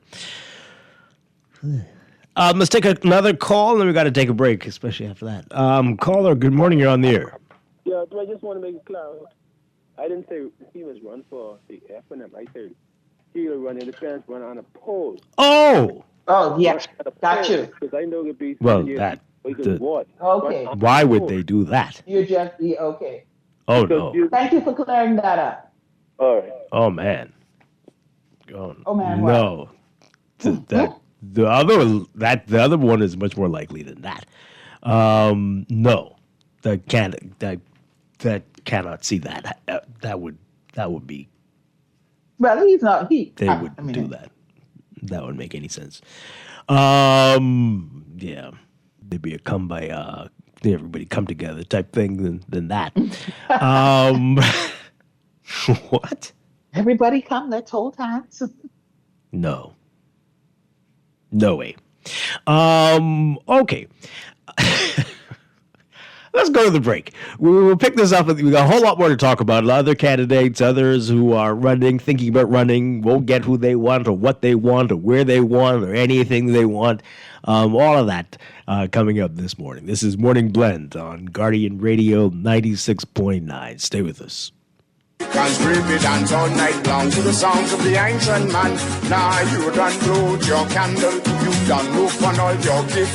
We done sing your happy birthday, and you done make your birthday wish. Each day I told you back home from school. Climb the highest tree just to pick mine go for you. Gave you my jacket when you said you was cool. Even took the blame for you one time I got schooled. Tired of banks forcing you to use technology to bank the way they want you to? Your convenience is important. So no matter what your banking needs, Commonwealth Bank's friendly staff are always available in branch for that personal one-on-one service. But when you choose technology, our online and mobile banking app offers you state-of-the-art functionality. The choice is yours. Commonwealth Bank. Bank the way you want. Is everything. So when your primary purpose is to care for the world, you'd start with your community until you're accessible anywhere. You make complexities your specialties and put compassion before anything else, all to redefine what's possible for everyone, everywhere. for every care in the world. Cleveland Clinic. Looking for insurance that fits your lifestyle and your budget? At Star General Insurance, we've got you covered. Whether it's motor insurance with flexible and comprehensive coverage or commercial insurance products that protect your business, we have choices you can afford. Own a home or renting? Our home insurance products have just what you need. And for the adventurers out there, we offer marine insurance too. Visit our website or social media pages for contact information and quotes. Star General, insurance made simple. This is Guardian Radio 96.9 FM, streaming on GuardianTalkRadio.com and the Guardian Radio app, Nassau, Bahamas.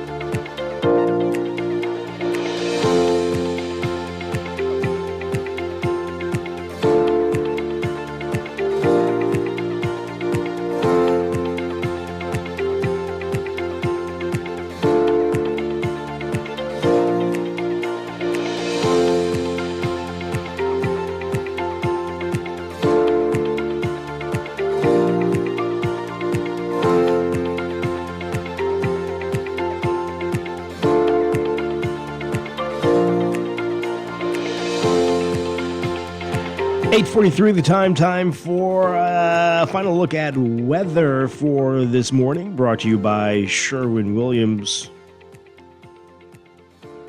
So here's what's going on. We've got generally stable weather conditions across the country, courtesy of a ridge of high pressure centered just to the east of the archipelago. Additionally, seasonably warmer temperatures can be expected, along with a gentle to moderate breeze. So this high pressure is going to strengthen across the islands and gradually shift eastwards through the remainder of the week. That's going to bring breezier conditions and continued warm temperatures,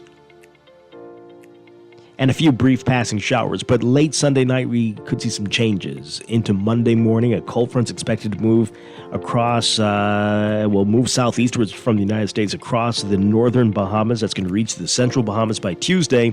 Behind that front, moderate to locally strong winds will spread across, and more comfortable conditions. For today, though, ahead of all of that, we've got a slight to moderate risk of rip currents affecting all Atlantic beaches. Beachgoers and swimmers should exercise caution. So for today, for most areas, look for partly sunny conditions, a few cloudy intervals today for the northern half of the country, becoming mostly fair at night tonight. Only about a 10 to 20% chance of stray showers.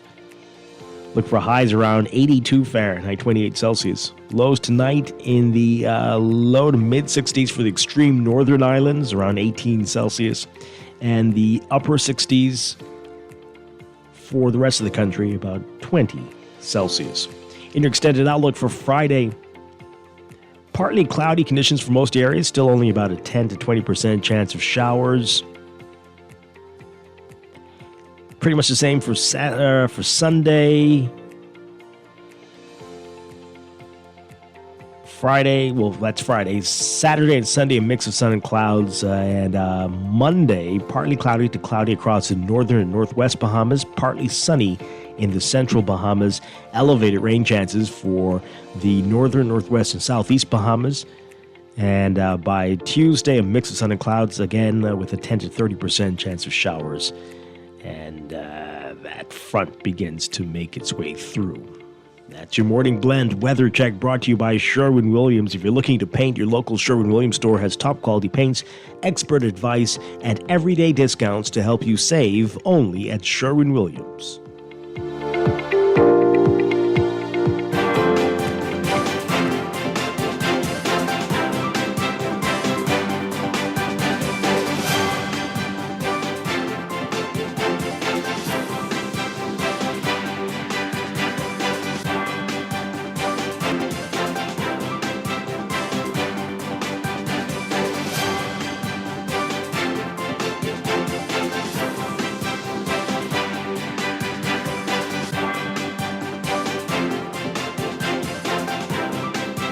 And time for your final look at traffic for the morning, brought to you by NUA Insurance Agents and Brokers. A reminder about some of the roadworks that we're seeing on the street. Streets, we have quite a bit that you need to be thinking about during your commute. So, for the Carmichael Road area, between 9:30 a.m. and 2 p.m., you might want to avoid the area between Unison Road and Blyden Road. There's work going on there. If you can't avoid the area, follow the posted traffic signs. That's expected to continue for the remainder of the week. And then for Windsor Road, off Bernard Road, between Bernard Road and Kildare Drive, that work goes on, and that's expected to continue until the work is done. That's mainly between 9:30 a.m. and Can. And Balfour Avenue between Claridge Road and East Street, that's mainly at night from 7 p.m. to 1 a.m. And that will continue until the work is done. Avoid those areas if you can. In your real-time traffic, right now we still have a number of hot spots for you. We've got some slow-moving traffic along Saunders Beach on West Bay Street if you're heading eastbound near Providence Highway.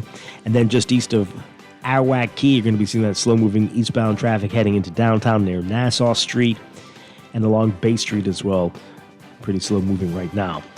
East Street's got a number of hot spots for you as you approach Soldier Road. Northbound, you'll see that. That will continue straight through to the East-West Highway roundabout into Robinson Road and north of Wolf Road. Again, slow-moving northbound traffic.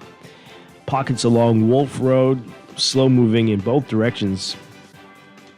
And Blue Hill Road, heavy traffic for you as usual from Carmichael straight up to Independence Drive. Independence Drive still back to both directions, east and westbound, between the roundabouts at East Street and Blue Hill Road. Tawny Williams Darling Highway, a number of hot spots east and westbound as you approach Bahamas Games Boulevard. Not looking pretty there. And then once you get closer to Milo Butler Highway, you're going to be seeing that heavy traffic there. Milo Butler Highway still slow, steady northbound traffic. Be extending into New Providence Highway as you get closer to the six-legged roundabout. And Glaston Road also still seeing slow-moving traffic from Munnings Road straight up to the roundabout with JFK Drive and Bahamar Boulevard. JFK Drive seeing some slow-moving westbound traffic near Theodore Lane. You're going to need a lot of patience this morning, folks. Keep that in mind, especially if you are on Robinson Road, west of Soldier Road, and still on Eastern Road as well. So good luck to you. That's your real-time traffic and your morning blend traffic alert, brought to you by NUA Insurance Agents and Brokers, your partner for smart motor insurance and advice that puts you first. Whether you're at home or on the go, getting an instant motor quote is easy. Give them a call or visit your nearest branch or log in anytime at nuainsurance.com. This is Guardian Radio 96.9 FM, streaming on GuardianTalkRadio.com and the Guardian Radio app, Nassau, Bahamas. Hi! Yeah! Time to skull it! Hey! You all ready for this? Here we go! Marry me. Oh, yeah. But she run away. She promised she'd be faithful to me. Oh, yeah. But she scheme on me. Say she take all my money. Oh, yeah. She take my car. Oh, yeah. My virginity. Oh, yeah. Is with her now. Oh, yeah. Now going crazy. Oh, yeah. Can't even sleep. Oh, yeah. Can't even eat. Oh, yeah. I don't want to drink. Oh, yeah. I should've listened to mommy. Oh, yeah. I should've listened to papi. Oh, yeah. Man, this gal had to take my ring. Oh, yeah. I nearly married the Golden. I nearly married the Golden. I nearly married the Golden. I nearly married the Golden. Rick and Scrap. We're back with Morning Blend on Guardian Radio 96.9. Dwight Strachan along with Laverne Gardner. Laverne, do you think the Golden is do you think that's a politician song or an election song? You think that's what that is? I don't know. Some of the lyrics Anyway, some, maybe not all, some Right. politicians, some. All right, so we are getting a reaction to the boundaries report and the changes that are coming. We've got a lot to talk about, and so let's get through the most recent text messages, then we'll get some more of the comment from the various politicians, what they are saying in response to this, and where they're going to be moving to, or who's staying put, who's still seeking a nomination, all of that stuff. This person responding to what C. Allen said, so according to C. Allen's logic, a cabinet minister who kept quiet while his constituents were oil leak should be given another chance because he wasn't exactly the leader at the time, even though he wasn't adult enough to tell us the leader no. That's what he's saying. Maybe he wasn't really the leader of the party. That's what he seems to be suggesting. Plenty of people said that about Brave as well. Brave, the Prime Minister Philip Davis, right? That he wasn't the Prime Minister. So don't hold that against him. Right. Don't hold those decisions against him because he wasn't in the, as we'd say, the driver's seat. Right, and it seemed to work. And people did not, right? Well, they, I guess you can assume. Is he not the Prime Minister? He is. Okay, so people did not. They did not hold the sins of. Well, it didn't make any difference. Proverbial sins. It didn't make a difference.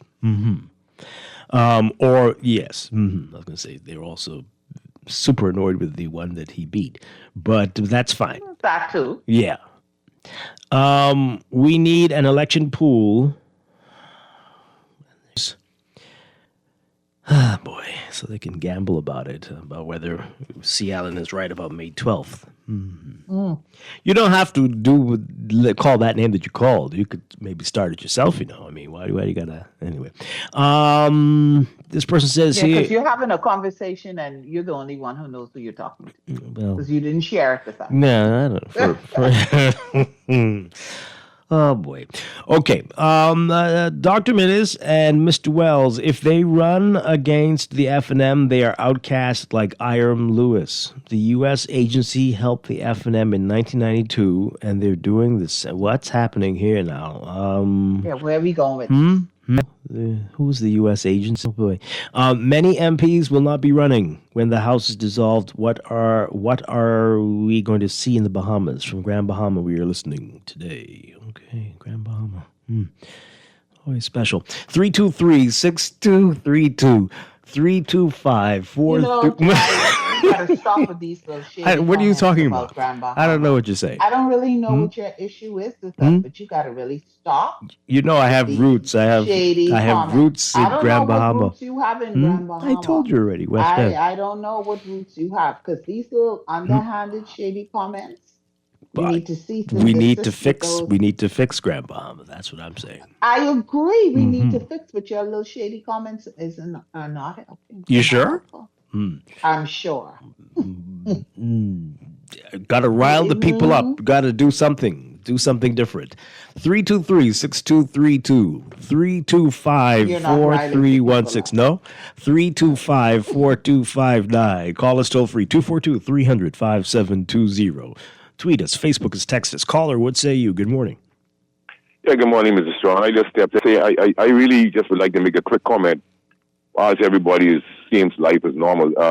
The people who were exposed to the lead, right? To the incident we were just talking about. Well, we really weren't talking about that. That was just an example. Yeah, but I just wanted us to be mindful and be sincere. I mean, to have some empathy for the people that were exposed, because according to where it is stored, some portions leave the body quickly, but it was stored in the bones.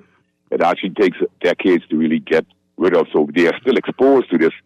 And so let's be mindful of that. And so we will still be seeing the repercussions of that. And then let's look at the fallout of healthcare and the catastrophic problems that we create for the human body there. So let's be mindful of that. So it's not really a joke. It's serious. Nobody meant that as a joke. I'm just saying, I know, I'm just saying that, what I'm saying is, while Mr. Fitzgerald may be a friend of the family, it doesn't, see, this just shows you where the influence of politics on our lives. Let's look at the police force and the situation with Brittany Harris. I wonder, women human rights or the gender base to come out and speak about the situation that's circulating on Facebook. and the officer, the disciplinary actions. We live in a police state, and you don't really want to hear my definition of a police state, but that's what we are in. I don't know what just happened. I don't know what how did we get there? My head is spinning. Okay. All right. This texture says here, why don't Bahamians demand a fixed election date? Bahamians are demanding that. Many are. It's a mystery to me. You're not paying attention. Many people are, but it seems like what we say is irrelevant. Right? And certain things. On certain things. Most things, some would say. Does Trump have to step in and force change in the Bahamas? Now, what is this? What's up with you people? What is up with everybody? Focus and stop talking nonsense. Anyway, many people are calling for it, and many of the politicians, many of the people running, promise that when they get there, they're going to deal with it, and then they don't. Somehow. They just like, we have bigger priorities. Oh, I forgot. Yeah. Oh, I didn't have time. I had to call an early election. I had to. Yeah. Somehow in 2026, here we are, still not knowing. So the people are calling for it. And limits, term limits, all kinds of things they're calling for. Freedom of information, they're calling for it all. But yet, here we are. Now, what do we need to do to get them to understand? We don't need Trump. We don't need what do we need to do? When you see your MP, it might not be the one you thought you were going to see. You might find out, right? You found out yesterday you might have a different MP. What are you going to do when you see them? You're going to say what? Are you going to remind them that you want a fixed election date? And that if you don't do this... If you what? We're going to call the Mariners. Ah, boy. I tell you. All right. I'm getting more threats from Grand Bahamians. Who's threatening you now? Who's threatening you? Nobody's threatening you, Dwight. We're just saying, watch the shade. Okay. Talk. Talk. I mean... It's a friendly warning. I see.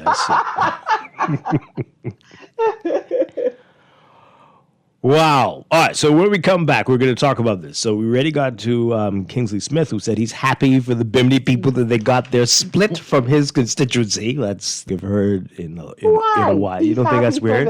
I'm happy that you all were freed from me. And what we do in Grand Bahama. Why are you framing it? It's very strange. Why are you framing it that way? Did he say whether? I'm happy I don't have to bother. Well, wait. He might decide to. Can he? Did he do any of the things? Remember what the Prime Minister said, that if he doesn't do these things in these 3 years, is he going to run for Bimini? Is he running for West Grand Bahama? Is he not running at all? Which one is he going to go with? What the usual talk is, when you don't accomplish everything that you promised you to accomplish, you turn around and say you need more time. Which one is he going to do it for? Time. He's going with the happy people or the very, very unhappy people of West Grand Bahama?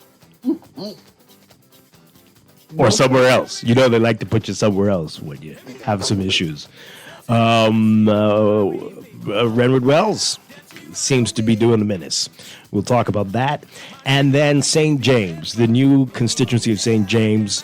What are we likely to see there and more? We're going to hear from you when we come back after these news headlines. This is Morning Blend on Guardian Radio 96.9. I get a little crazy, oh yeah. Can't even sleep, oh yeah. I can't even eat, oh yeah. Don't want nothing to drink, oh yeah. I should have listened to mommy, oh yeah. I should have listened to papi, oh yeah. Man, this gal, so cold, she take my ring, oh yeah. I nearly married the garden. Watch it for them wolf and she float now. I nearly married the garden. Clean on the outside. This is Guardian Radio 96.9 FM. Streaming on GuardianTalkRadio.com and the Guardian Radio app.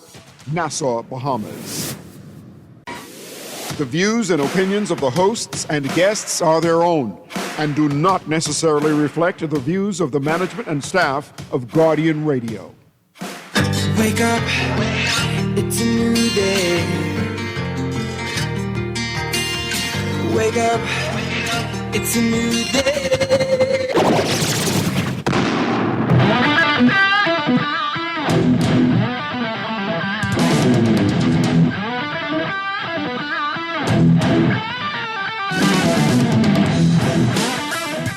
Good morning and welcome to Morning Blend Business on this Thursday, January 8th, 2026. Welcome back to Morning Blend listeners. Once again, I'm Dwight Strachan along with Laverne Gardner, and we are talking about the boundaries report, the changes that are coming before the next general election, 2 new seats, St. James here in New Providence, and the new Bimini and Berry Islands seat, taking the number of constituencies from 39 to 41. Other changes as well. And you can get today's National Guardian, read all about them. Many different polling divisions are now in different constituencies. And so you might not be voting where you were in the last general election. But the changes, what's been announced, and some of the reactions from politicians as well. Laverne, you heard in the report, we were just asking whether Kingsley Smith was going to be running for West Grand Bahama or Bimini and the Berry Islands. In the report, it says that he's running for West Grand Bahama. Okay. So. That's been established. That's where he's going to run, he says. Yeah. All right. So, we've talked about it already, what former Prime Minister Hubert Minnis says. He says he's still going to run in Killarney. He's the MP for Killarney, and he's running for Killarney. Mm-hmm. Now, another politician who did not win his seat in the last election says he wants to run again for Bamboo Town, and the FNM has already decided that FNM chairman Dwayne Sands will run for that constituency. So where does it leave Renwood Wells? Well, our LaTanya Roberts is writing about it. Former Bamboo Town MP Renwood Wells says that he intends to run for his old seat. However, the FNM, as we said, has nominated former Minister of Health, Dr. Dwayne Sands. That means that Wells, that he's going to run what, independent? Wells, who is still a member of the FNM, cannot run on the FNM's ticket for the seat.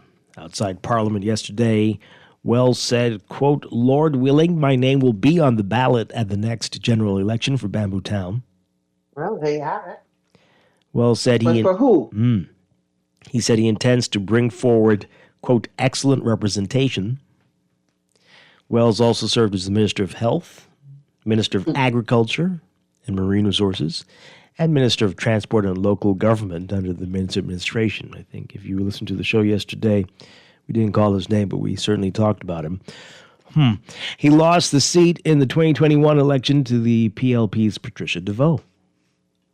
When asked about Wells yesterday, FNM leader Michael Pintard said, quote, "Nomination day is a little ways away, so we will wait and see. He is our brother and we love him, but and we hope that we would be able to get his support before nomination day." Talking about Wells. Asked why Sands got the nomination for Bamboo Town over Wells, Pintard said, quote, "That ship has sailed. We want to move on to other things." Okay, let's get your reaction to that, folks. What do you think of that there? What should be happening here? 323-6232, 325-4316, 325-4259. Call us toll free, 242-300-5720. That ship has sailed. Right. Like, I mean, you know. Well, clearly he's not going to be running on the FNM ticket for Bamboo Town, right? Well, as things stand right now, yes. As things stand right now, I think that's obvious. So if he has said and stated that he is going to be running in Bamboo Town, then we need to find out from him, is he running independent? Is he aligning himself with another political organization and he's going to run on their ticket? That would be his 13th different political organization if he does. Listen. So is that a wrong We're number? not getting into that. 15th? 17th.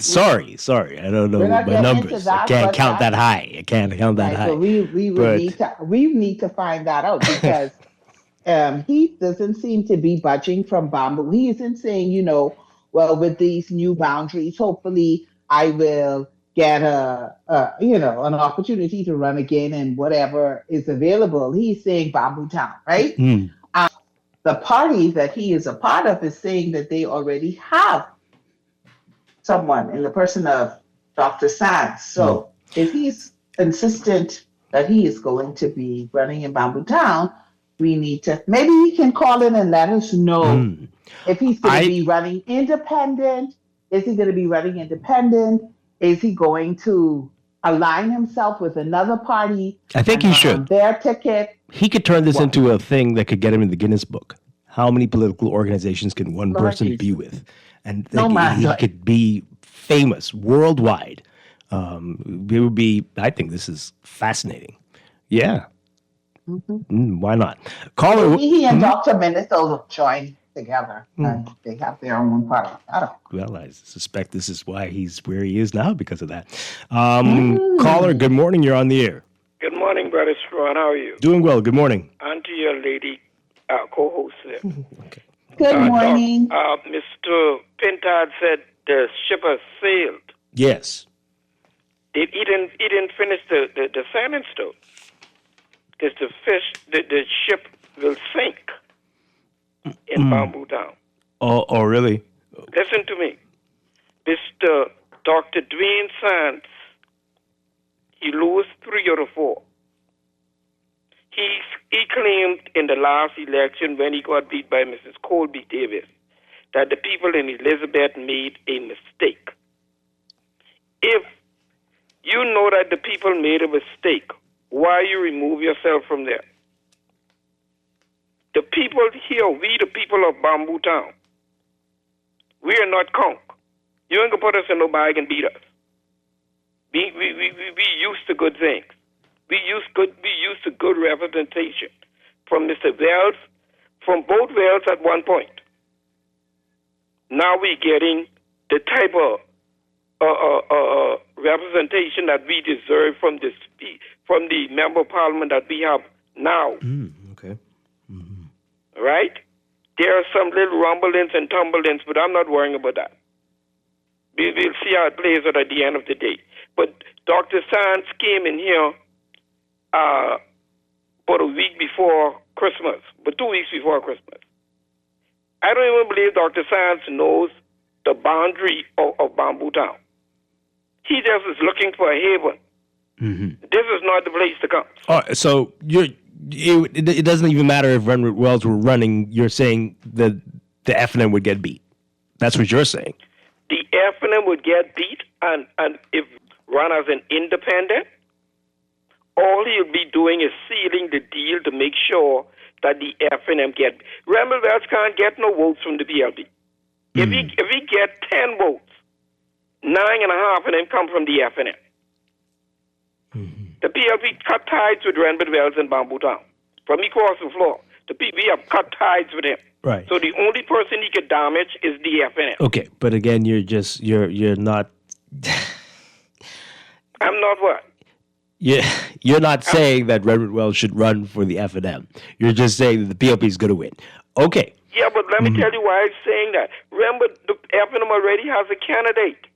Renwood Wells said that he's going to run, so Yeah. I'm sure Renwood Wells will not up himself. I'm asking you, do you think that if they ran Renwood Wells, it would make a difference?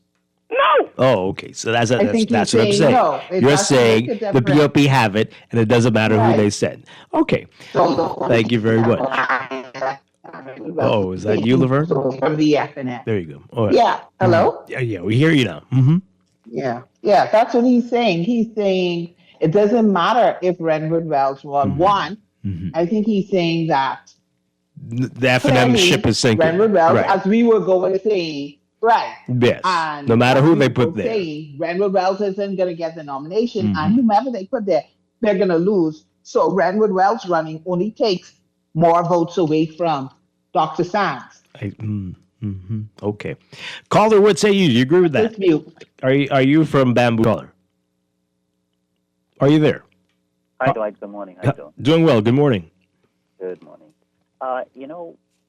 You look at the Dr. Minnis situation, and you look at the Renwood Wells state of affairs, and while we listen to the commentary made by the leader of the opposition, and he was successful in skirting around the obvious.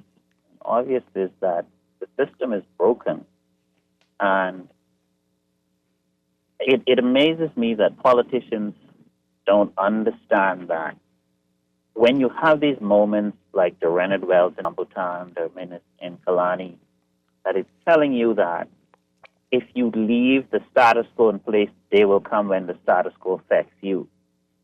And I wouldn't be surprised if 4 years from now we see Pintard in the same situation being affected by the same brokenness that the system is displaying right now. And the way we go about electing and allowing these elected for office, it's clearly a system that's not working. And it seems to me that a small group of people who have political authority and prominence get together and decide, and come what may, doesn't matter what the constituents might want, that is not sufficiently reflected in these decisions. And I think I say to Pintard and to the Prime Minister that the time has long come for us to have a mature level of politics and a broader involvement of the electorate in these decisions. Else we will continue to have a guy like Renard Wells saying that he is the best candidate for Bambutan, and then Dwayne Sands being supported by the party, and then Minister grandstanding in Kalani over the other candidate that they select. And it's bad politics, and the Bahamian people suffer in the long run. That's my contribution. Okay, all right. Well, I mean, you could say whatever you want, right? As a candidate, people should. We question whether they do, right? We just questioned that in the last hour, whether they do judge you by your record. Excuses for it, but you can judge people by their record and what they did when they were in the seat, literally, and decisions that were made under them, and question whether you can handle more of this kind of nonsense going forward. But I don't know if we are thinking like that when we go to the polls. Some might. I don't know if all are. You really would have to. It doesn't appear to be so. Some aren't, right? Because right, a whole lot aren't. Some people got re-elected. Even after nonsense that was done in the past. Correct. Yeah. So they still were able to hold on to their seat. So what are the motivations? I don't understand it. How do you do it? How do you convince people that even after that you deserve to be there again? It's mind-boggling. Is it you or is it the party? That's is it you or is it the party? And that's what you have to think about, right? So it isn't just a matter of I'm looking at this individual and I'm saying I do not want this individual. If your allegiance is to the party that you support, then you look past the individual. Wow. Because your focus is to make sure that your party has sufficient seats to become the government. So and that's a reality for a lot of people when they go into the polls. It's like we talked about during the last by-election. It wasn't about a 10-point plan and very innovative or whatever. It wasn't about a 10-point plan. It was that this person is running for the party that I support.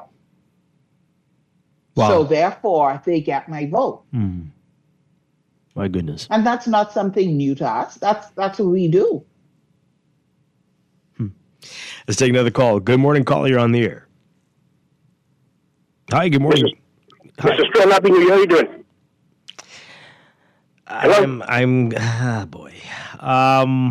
you doing? Every time we do this, we regret this. I try to say start off the new year on a fresh foot, but within, I think you called another show and you carried on very badly, and we were supposed. I don't think I can do it. No. What's happening? I think the last time he cursed, right, was it some very bad words. It was terrible. But not this show. I'm sorry. Maybe a caller, I'm not caller. getting. Well, yeah. Oh, no, okay, because I don't know what's happening. And every time we try to give him it. another chance, but it always devolves into something chaotic. We don't, not this year. We can't do it. Can't do it. People remember I got calls. Oh my God, did you hear the things? Caller, good morning. You're on the air. Yeah, Dwight, cut. Don't let him in. He tried to talk about the Chicago line. He tried to talk about the best reporter on the island can be against. Cut. Don't ever let him back in. Let him go talk foolishness on other radio station. Now, Dwight, one of his colleagues, Julian Ferguson, see, he blind literally and he blind politically and literally. I was in Bambudan from 73 off and on. Now I'm in Bambudan permanently now because I inherit my people home. The speaker of those, Patricia DeVoe, she's the worst MP Bambudan I've ever seen from Columbus. Ain't nothing happening. That boy live in Kennedy's up. She gonna pay him up Kennedy's up, Bambudan full of holes. The fella's cleaning the side of the road. I see him this morning. Yeah, he been cleaning the side of the road just. But the road's bad. Jamal Shawn, God Nassau Village, all paved up. The park look bad. The water problem in the back of Porky's. I think I'd even never see her. From since she's MP, she never been to my house. One or two PLP people being around the little yellow shade, but you know what, Bamboo down is here. Let her go back and let her go in Gambleites. Gambleites calls you. I got a line the other day. They'll run over the back of Gambleites, yeah? She's the worst MP Bambudan I've ever seen. I haven't seen none of them. Dwayne San, Velvet Wells, none of them.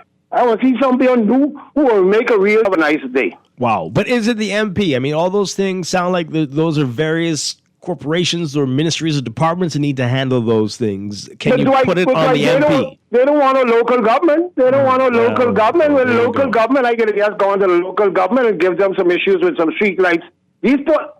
Dwight, ask anyone to turn to the corner by Porky's gas station then. Tell them turn to then right down about 4 lampposts and tell them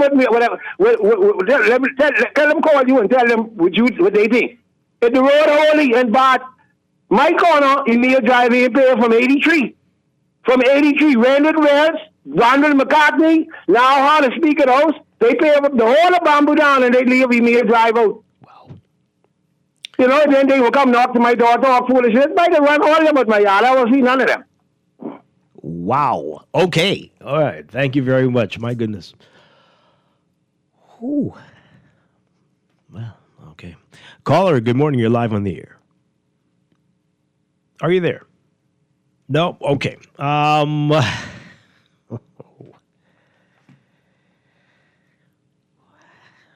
This is going to be interesting. This is going to be an interesting election season. Some folks, I think when they hear you all talk like this, they probably don't want to come to your house. You know, like, really, but this is not going to be worth it. Some text messages. Or maybe they hear and they decide the next time this is the house that we're going to go to. That doesn't happen. When does that happen? I heard you on the radio, so I've come to see you. Ha! Okay. It may happen. You don't know. Right. It may happen. Call us if it has ever happened before. If and what came of that. This person says anything is flopping politicians and their selfish ambition. Oh my goodness. Okay. Tell Grammy boys stop talking fool on the radio. He mix up just like them Valley boys. They will keep taking beatings till they drop their imaginary egos. Signed by a Valley boy who on the fence tell them get it together. Oh my goodness. Okay. You ain't hear the biggest thing yet. What the biggest F&M said who lived in Bamboo Town. He told Wells if they don't run minutes, he ain't voting for no one that the F&M sends. It was in a video. Okay, well, that's one person. You think everyone's going to be feeling like all the Menace supporters are going to be thinking like that, do you think? Well, that's interesting. All of this talk about boundaries and candidates, here is what is going missing. We just fired the F&M. We have Prime Minister Davis, and they're making a very wild claim in this text that I'm not going to read. A vote for any PLP, good or bad, is a vote for Philip Davis. Okay. Yeah. Okay. That's how it works. I mean, and that's not shocking. That's how it works in this system. This person says here, what's wrong with you, Dwight? Just let Dr. Minnis get his full pension. He did promise his second term would be for the people.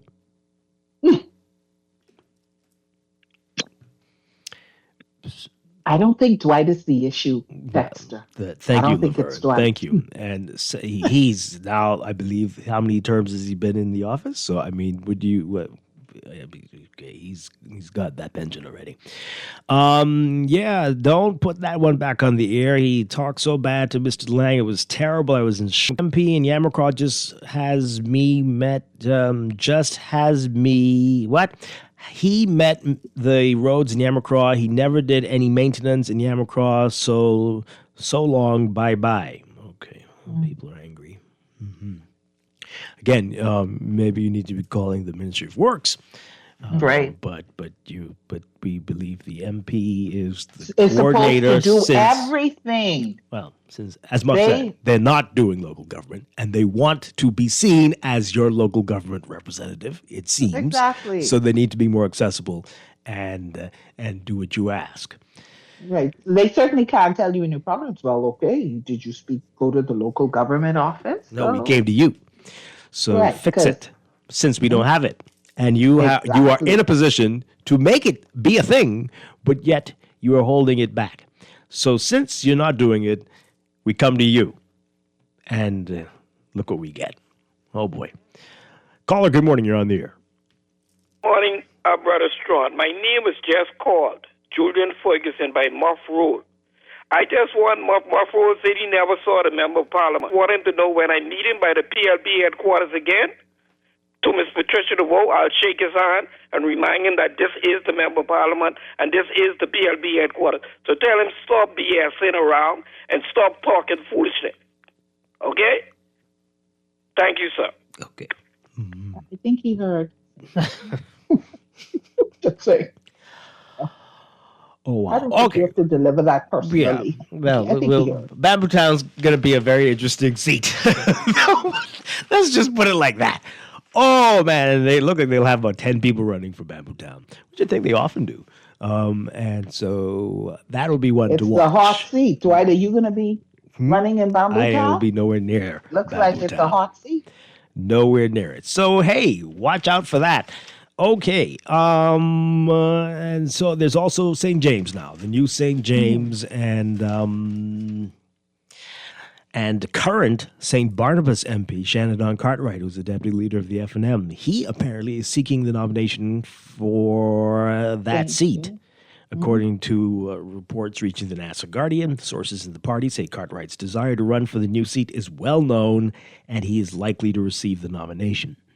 Back in May, the Guardian reported that Cartwright was considering seeking a nomination for the new seat, which at the time was not formally created. And, of course, that is now a thing created out of a number of constituencies, but mainly Killarney and Tall Pines and some things out western New Providence. So what do you make of that? What do you make of that? He is the elected MP for St. Barnabas. What do the people of St. Barnabas make of that? What do they make of that? Especially those who would have voted for him. In the last election. Outside Parliament yesterday, before the report was tabled, Cartwright was asked if he will run for the new seat. He said, quote, obviously, when there are changes to boundaries, all political parties look at the landscape and do what is in the best interest of the party. As soon as this is tabled, the leader of the opposition, along with the entire party structure, will make determinations. As of yesterday, the FNM ratified 28 candidates for the next election. The general election is due this year, of course. So he just gave a typical answer. Yeah,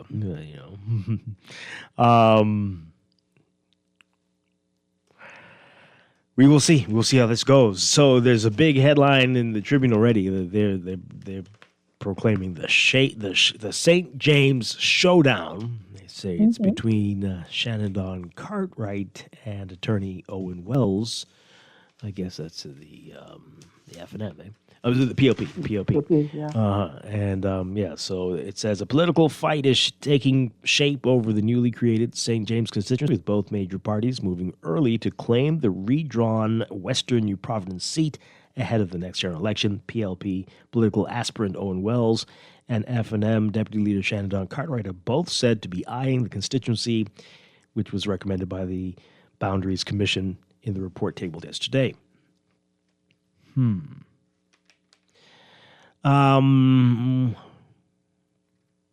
Yeah, wow. All right, so Wells, who lives in the western area that will fall within the proposed St. James boundaries, with August, he was unveiled in November as chairman of Bahamix Limited. He's a lawyer at the law firm McKinney Turner and Co., and they got his whole bio here. Speculation has circulated since last year that Cartwright was considering the move to St. Barnabas. Some St. Barnabas constituents, including F&M supporters, have previously complained that Cartwright became less visible in the constituency after rising within the party's leadership. They have said he was more active as an MP before becoming deputy leader. Okay. Well, that means was he an MP? Oh, yeah, more active as an MP before becoming deputy leader, and that constituency meetings have become less frequent. Those critics also say they were repeatedly given the runaround when trying to meet with him. Whoa. Cartwright has acknowledged that some residents may want a stronger physical presence, but has rejected claims of neglect. He has said he remains accessible to constituents who reach out, and points to ongoing community initiatives. All right, so this is the same thing we talked about yesterday, right? So people keep talking about this accessibility and the things that they need to be done, and the MP not doing this and that, and we keep saying the people are crying out for real municipal, local, whatever you want to call it, government. They're calling out for that, and some of these MPs are stretched thin. They have big roles in their parties, or they are cabinet ministers, or they're heads of this and that, and we are really asking a lot of nonsense of these people. They've done it to themselves. They have no one to blame but themselves. But this is not working for anybody. Not working for them, not working for us. What are we doing? What are we doing? This is crazy, folks. This is crazy, and it can't continue like this. Every 5 years, I see my MP. I haven't seen my MP. I never saw my MP. We need this. My road isn't paved. This light isn't working. This isn't that. This street isn't. Are you not tired? Are they not tired? People are getting voted out because a street light is blown, because a street isn't paved. People are losing their seats for stuff like this, possibly, or they really hate the party. But for some people, right, I'm never voting for you because my street isn't paved. Or I haven't seen you. Or I haven't seen you. Like the complaints that we were just talking about. Except for you on the news every night as the minister or whatever. But I never see you. Come on now, 50-something years of this. This is really some foolishness. But they're not changing it. I think they like it. They like to hold this over folks. Well, everyone complains about you, so we're not running you again. But I'm not responsible for this road thing or the lights or the power company. But unfortunately, while that may be true, that's not the way the constituency. And again, the parties like it, clearly, to hold that over you as they work to not fix it. We're being played. Do you get it? We are being played. They enjoy this game. It works in their advantage. It works for them. But you're going 10, 15 years without your road being paved. At some point, you're going to have to tell them, if you come around here, this is what I'm going to need from you. And if you don't, big problem. What say you, caller? Good morning. You're live on the air. Oh, good morning. Good morning, Dwight. You know, as I've said before, 53 years, this is what they want you to have. And you're right, we're not being played, we're being owned. Wow. And I reject that. Let me explain. We now have a barge coming to produce energy in the harbor for the cruise ship, LNG, clean fuel, because of the pollution we've observed from those boats and all the agreements, treaties we've signed. So what will be the cost of this electricity for those cruise ships? Will it be the same price as ours is, or will it be half price? And if it's going to be half price, why wouldn't we reduce every Bahamian's electricity by half by putting a bigger barge with a bigger LNG generator? Why is it only for the cruise ship industry? Should they have cheaper electricity in my country than I would have? And this is a discussion for 2014 we had in the Hilton. And this is how far we've gone, spanking our people with high electricity bills. You know, I got a little blinking, one of them little street light from the inferior country outside my house blinking. A blinking street light, is that worse than one with ain't on? Because it could keep you awake. No, I'm kidding with that. But the thing is, we've had people, almost nothing. Let me say almost nothing because, you know, they cry. For our people, what hospital have we built in 53 years? What city have we built in 53 years? We let a city in Freeport rot while putting color on a 25-cent piece and saying we have no money for civil servants to pay you properly or to give the seniors a little bit more each month. So until we have somebody that comes with a true vision and a specific time frame, and I'll leave you with this. Whoever says they're going to have a constitutional referendum within the first 100 days or resign, and it will only have one question, to put freedom of information in my Constitution, to keep them honest, and whoever comes after them. Until that's done, well, we'll just continue to be slaves on the farm. And I'm telling you that is how it is. And if they don't like it, tell them come challenge me. And that's why I run, so I could speak to the debate. I will end up on that show with you when we get closer to election, and I challenge anybody in St. Anne's to come and let's have a discussion on their performance for our people for the last 53 years. And we need, Dwight, please, talk to management and have a show every day of the week inviting everybody that's running in every constituency and grill them properly. Oh, wow. You're running in St. Anne's, Graham? Yeah, I'm running COI, full disclosure. Mm-hmm. And I always run because I don't want to just vote. I want to offer myself. Let me ask you a question, Dwight. Yes, a big red number is on your ballot. Is there a number on your voter's card, Dwight? Mm-hmm. Yes, there is. A big red number in the top corner. Go look, top right corner.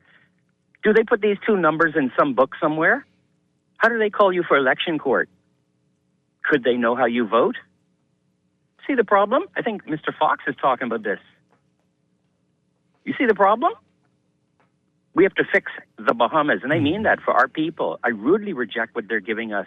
What you see happening on Bay Street with a new beach next to the boat and a new set of shops next to the boat, no need to come out to my shops. What do you think?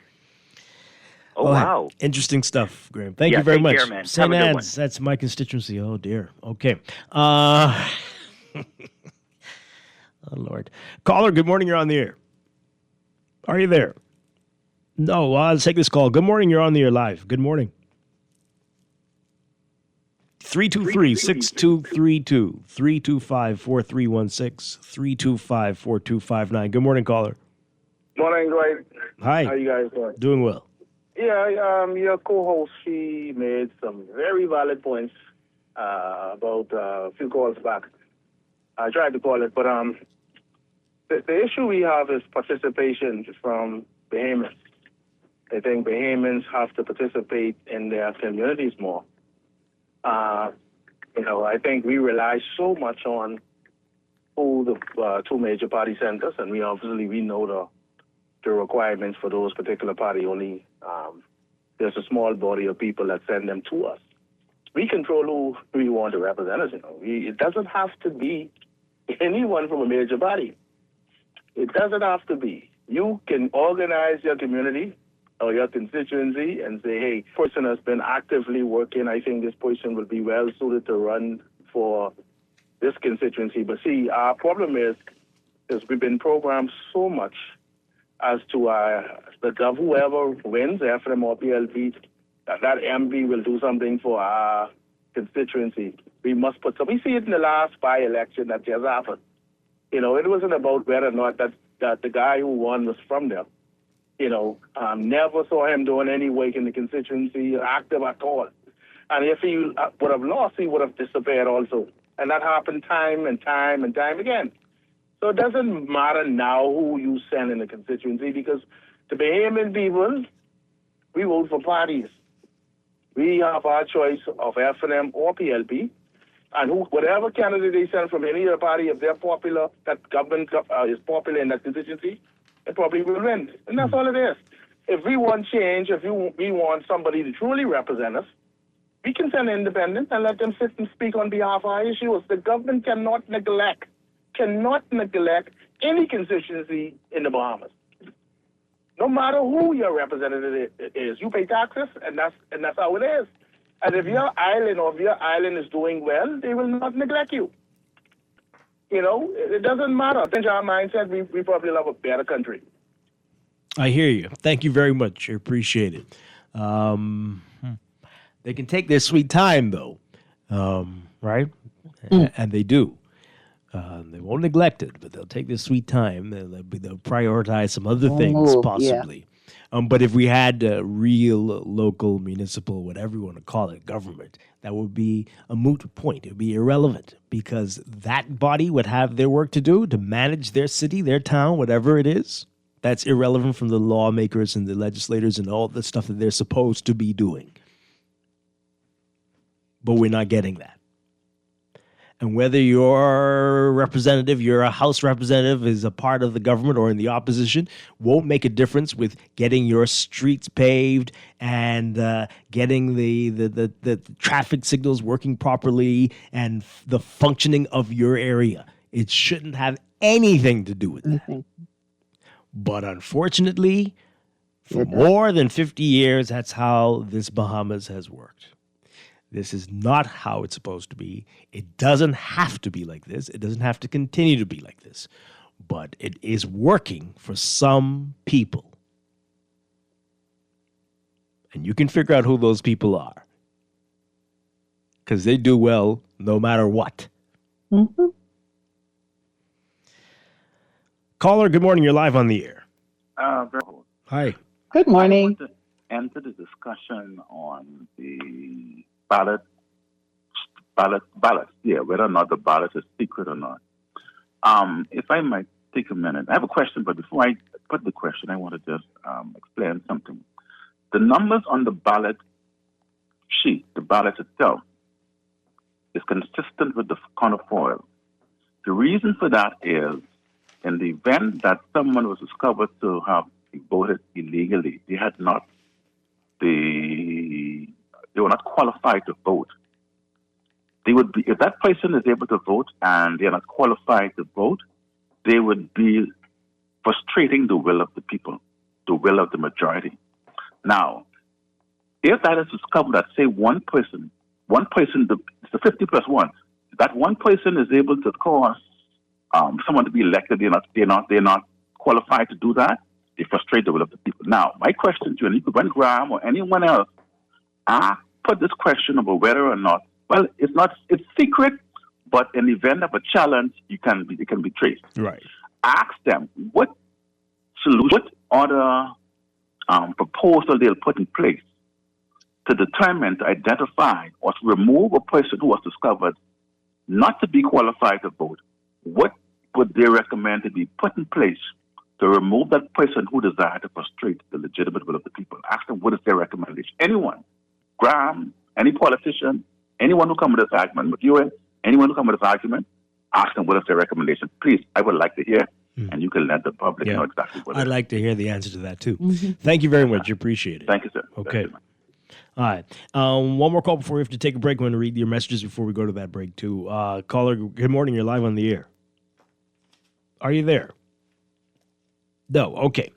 These text messages, this person says here, Menace is finished. It's almost rhymes. Okay. Dwight, considering that Pintard is in a location where he experiences both types of local government and GBPA. Oh boy.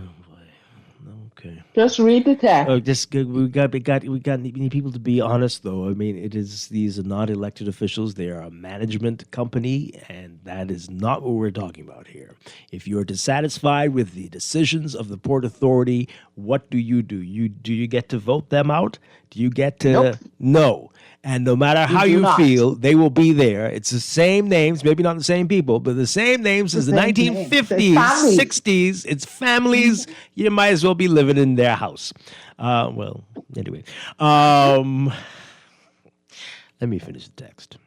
It's not local government, folks. Let's not get it twisted. It's not. It is private management. I mean, and we do have local government, but that's not You have some there, too. You got a lot of different things, but it's not what you need. Not what you need in any way, shape, or form on any level. Any three of the levels all seem to be wanting. Anyway, considering the Pintard says he may be best to bring about local government that you speak about. Man, he was in the previous cabinet that was trying to claim they were interested in it, but here we are. Anyway, invite him to talk on the show about it. He's been on many times to talk about it. He says it. He is all on board for local government, true local government in New Providence. So they all say when they're in the opposition, but when they get in, the current administration, this government right now, had that in their, what's their book called? Blueprint? Yeah? Local government for New Providence is in there. The Minsk administration promised that. They said it again in their manifesto, although the language changed, and that was a sign that trouble was ahead, too, about local government for the city of Nassau, but not for the rest of New Providence. So that's very shady stuff they tried to pull there.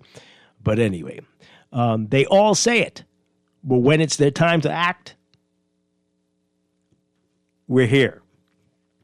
Anyway, or ask the communications officer. He says, yeah.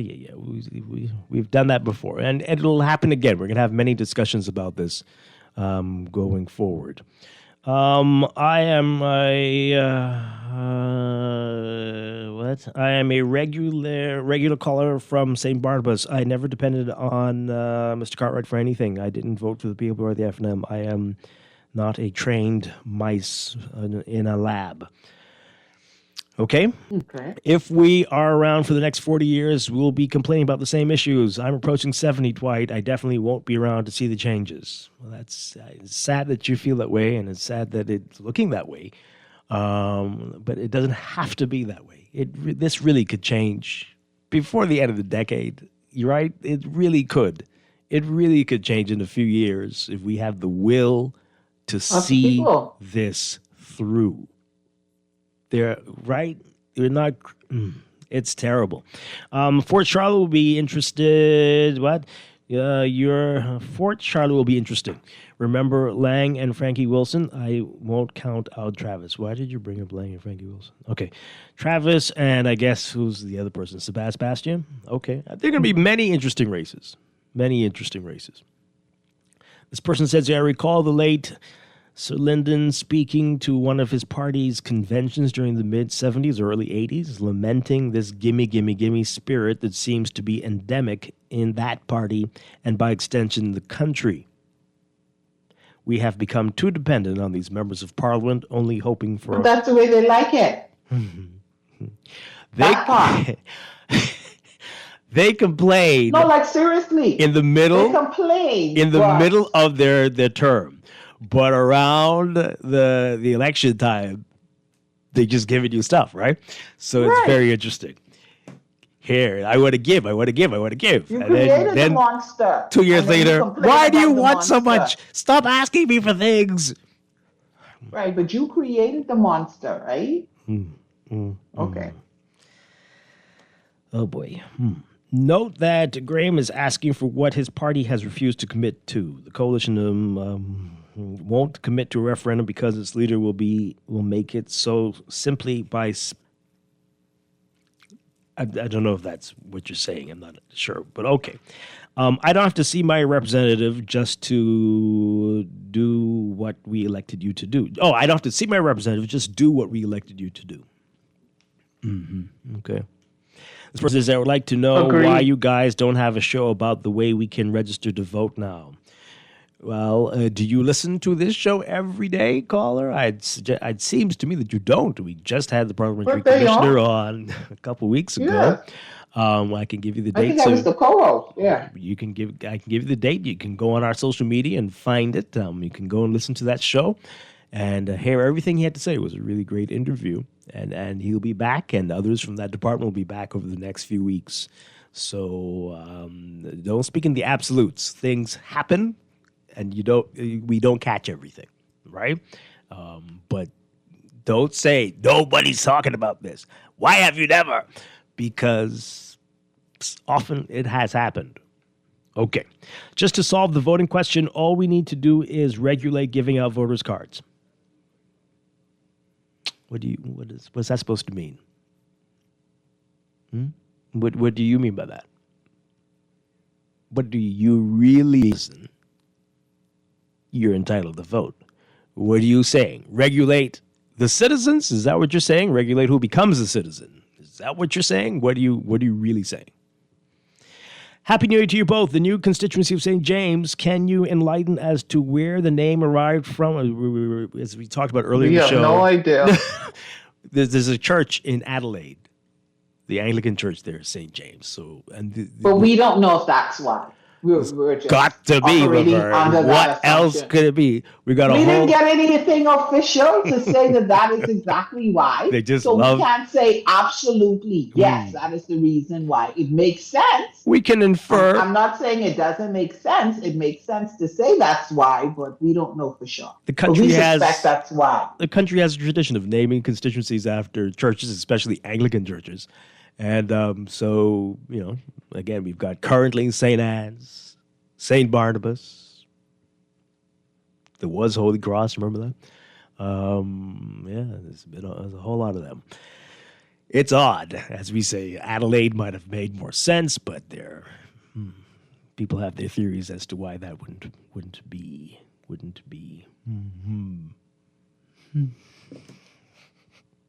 Text. I was just reading the text. Yes, you're right about that, but I'm just reading the text. We'll take this call, and then we got to go to the break. Caller, good morning. You're on the air. Good morning, Dwight, and good morning. Hi, good morning. Yeah, I listened to most of the show, but there's been some interesting topic discussed. The Boundary Commission would just table the report, right? Because we don't make people accountable. They should have been able to say as to why they choose that particular name. And all that should have been embodied in that report. They said it did their due diligence. It was thorough, and the most of the persons on the committee agreed in principle to that. Then they should have had that embodied in the report. And this is why we're not going to get anywhere, because we don't hold people accountable. The Boundary Commission should have stated the reason why that new area was named St. James. And this question would have never arisen because it would have been clear. Is it a big deal? Is it an issue? Is it a problem? Is it a game changer? Is it like a protest? I refuse to live in a constituency called that. Is it tell me about it. Yeah, I'm not saying it's a game changer, right? Because I didn't really see the reason to have 41 seats. The 2 additional seats, I didn't create at least 1 seat because we could have divided the two big areas, that's Galani and the other constituency. We could have cut both of them in half and used a portion from each one of them and created 1 seat, as opposed to an additional seat to make it 41. So now you have 41 members of parliament. I don't even think we should have even 30. I mean, when you look at it from the whole demographic. Well, because you're less than 400,000 people, why you need 41 seats? Well, 38 that just doesn't make good economic sense. 38 is the constitutional minimum. Well, but what I'm saying is that we don't need to have 41 seats, right?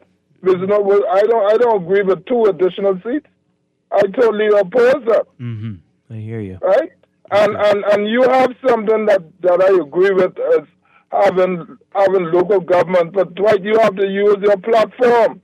You could use me. You want me to be a party platform? Man, listen, light some fire on these people to get it done. We could have local government in New Providence. where the majority of people live. We're gonna work. We're gonna do more. We're gonna do more. Absolutely. No, So we need everybody. We're going to do more. I want to know, Dwight Strachan, are you prepared to take the mantle? With as much as I can. Dwight, I thought you did. The people in the NASA Guardian don't pay me to promote local government all day. So that's not what. But we're going to do what we can to get the word out there. Mm-hmm. What active participation. Players are prepared to put the shoulders to the wheels and get it done. You don't necessarily have to be you already got the information out there. You now have to put some things in place to make it happen. Because the only thing any politician understands is numbers. You've got to allow people to create an environment to cause a groundswell. Absolutely. And you will see how quick that will come into being reality. Very true. But nothing happens until that happens. We've been talking on this radio for too long. Actions speak louder than words.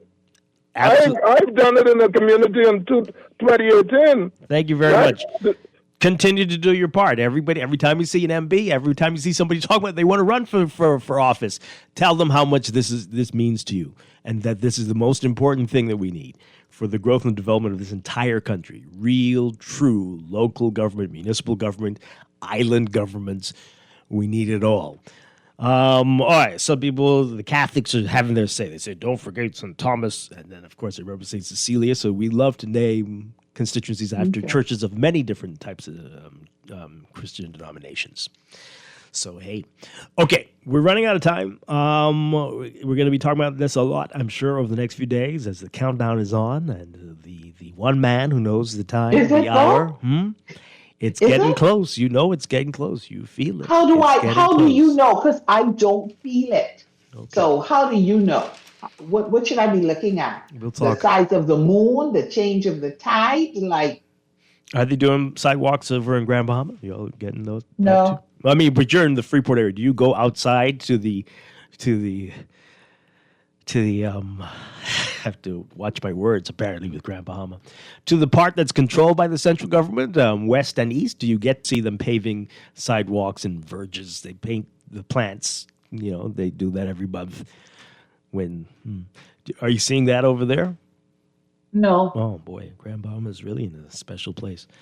Okay. Well, we're seeing certain things around here, Laverne. The sidewalks on top of sidewalks, and roads are getting paved, and roads that were paved getting paved. And yeah.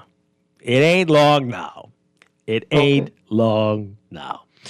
Folks, don't forget to pick up today's NASA Guardian for the Guardian business section. There's a lot in there that you want to see, including developments with Family Island airports. That's another thing. Remember, we told you earlier about the PPP for Port Mayaguana, and so things are happening. Yeah. So will it be like C. Allen said, by May 12th? It's going to be interesting, but we'll keep you. Listen, if it is, we got to have a whole C. Allen Day or something. You know that. Wow. Again, this portion of the show brought to you by CFAL, growing wealth for future generations. Laverne, thank you again. Next week, I'll be back tomorrow morning right here with more Morning Blend and Morning Blend Business. Dwight Strachan, have a great day, everybody. Stay tuned for On the Clock with Aaron Green next.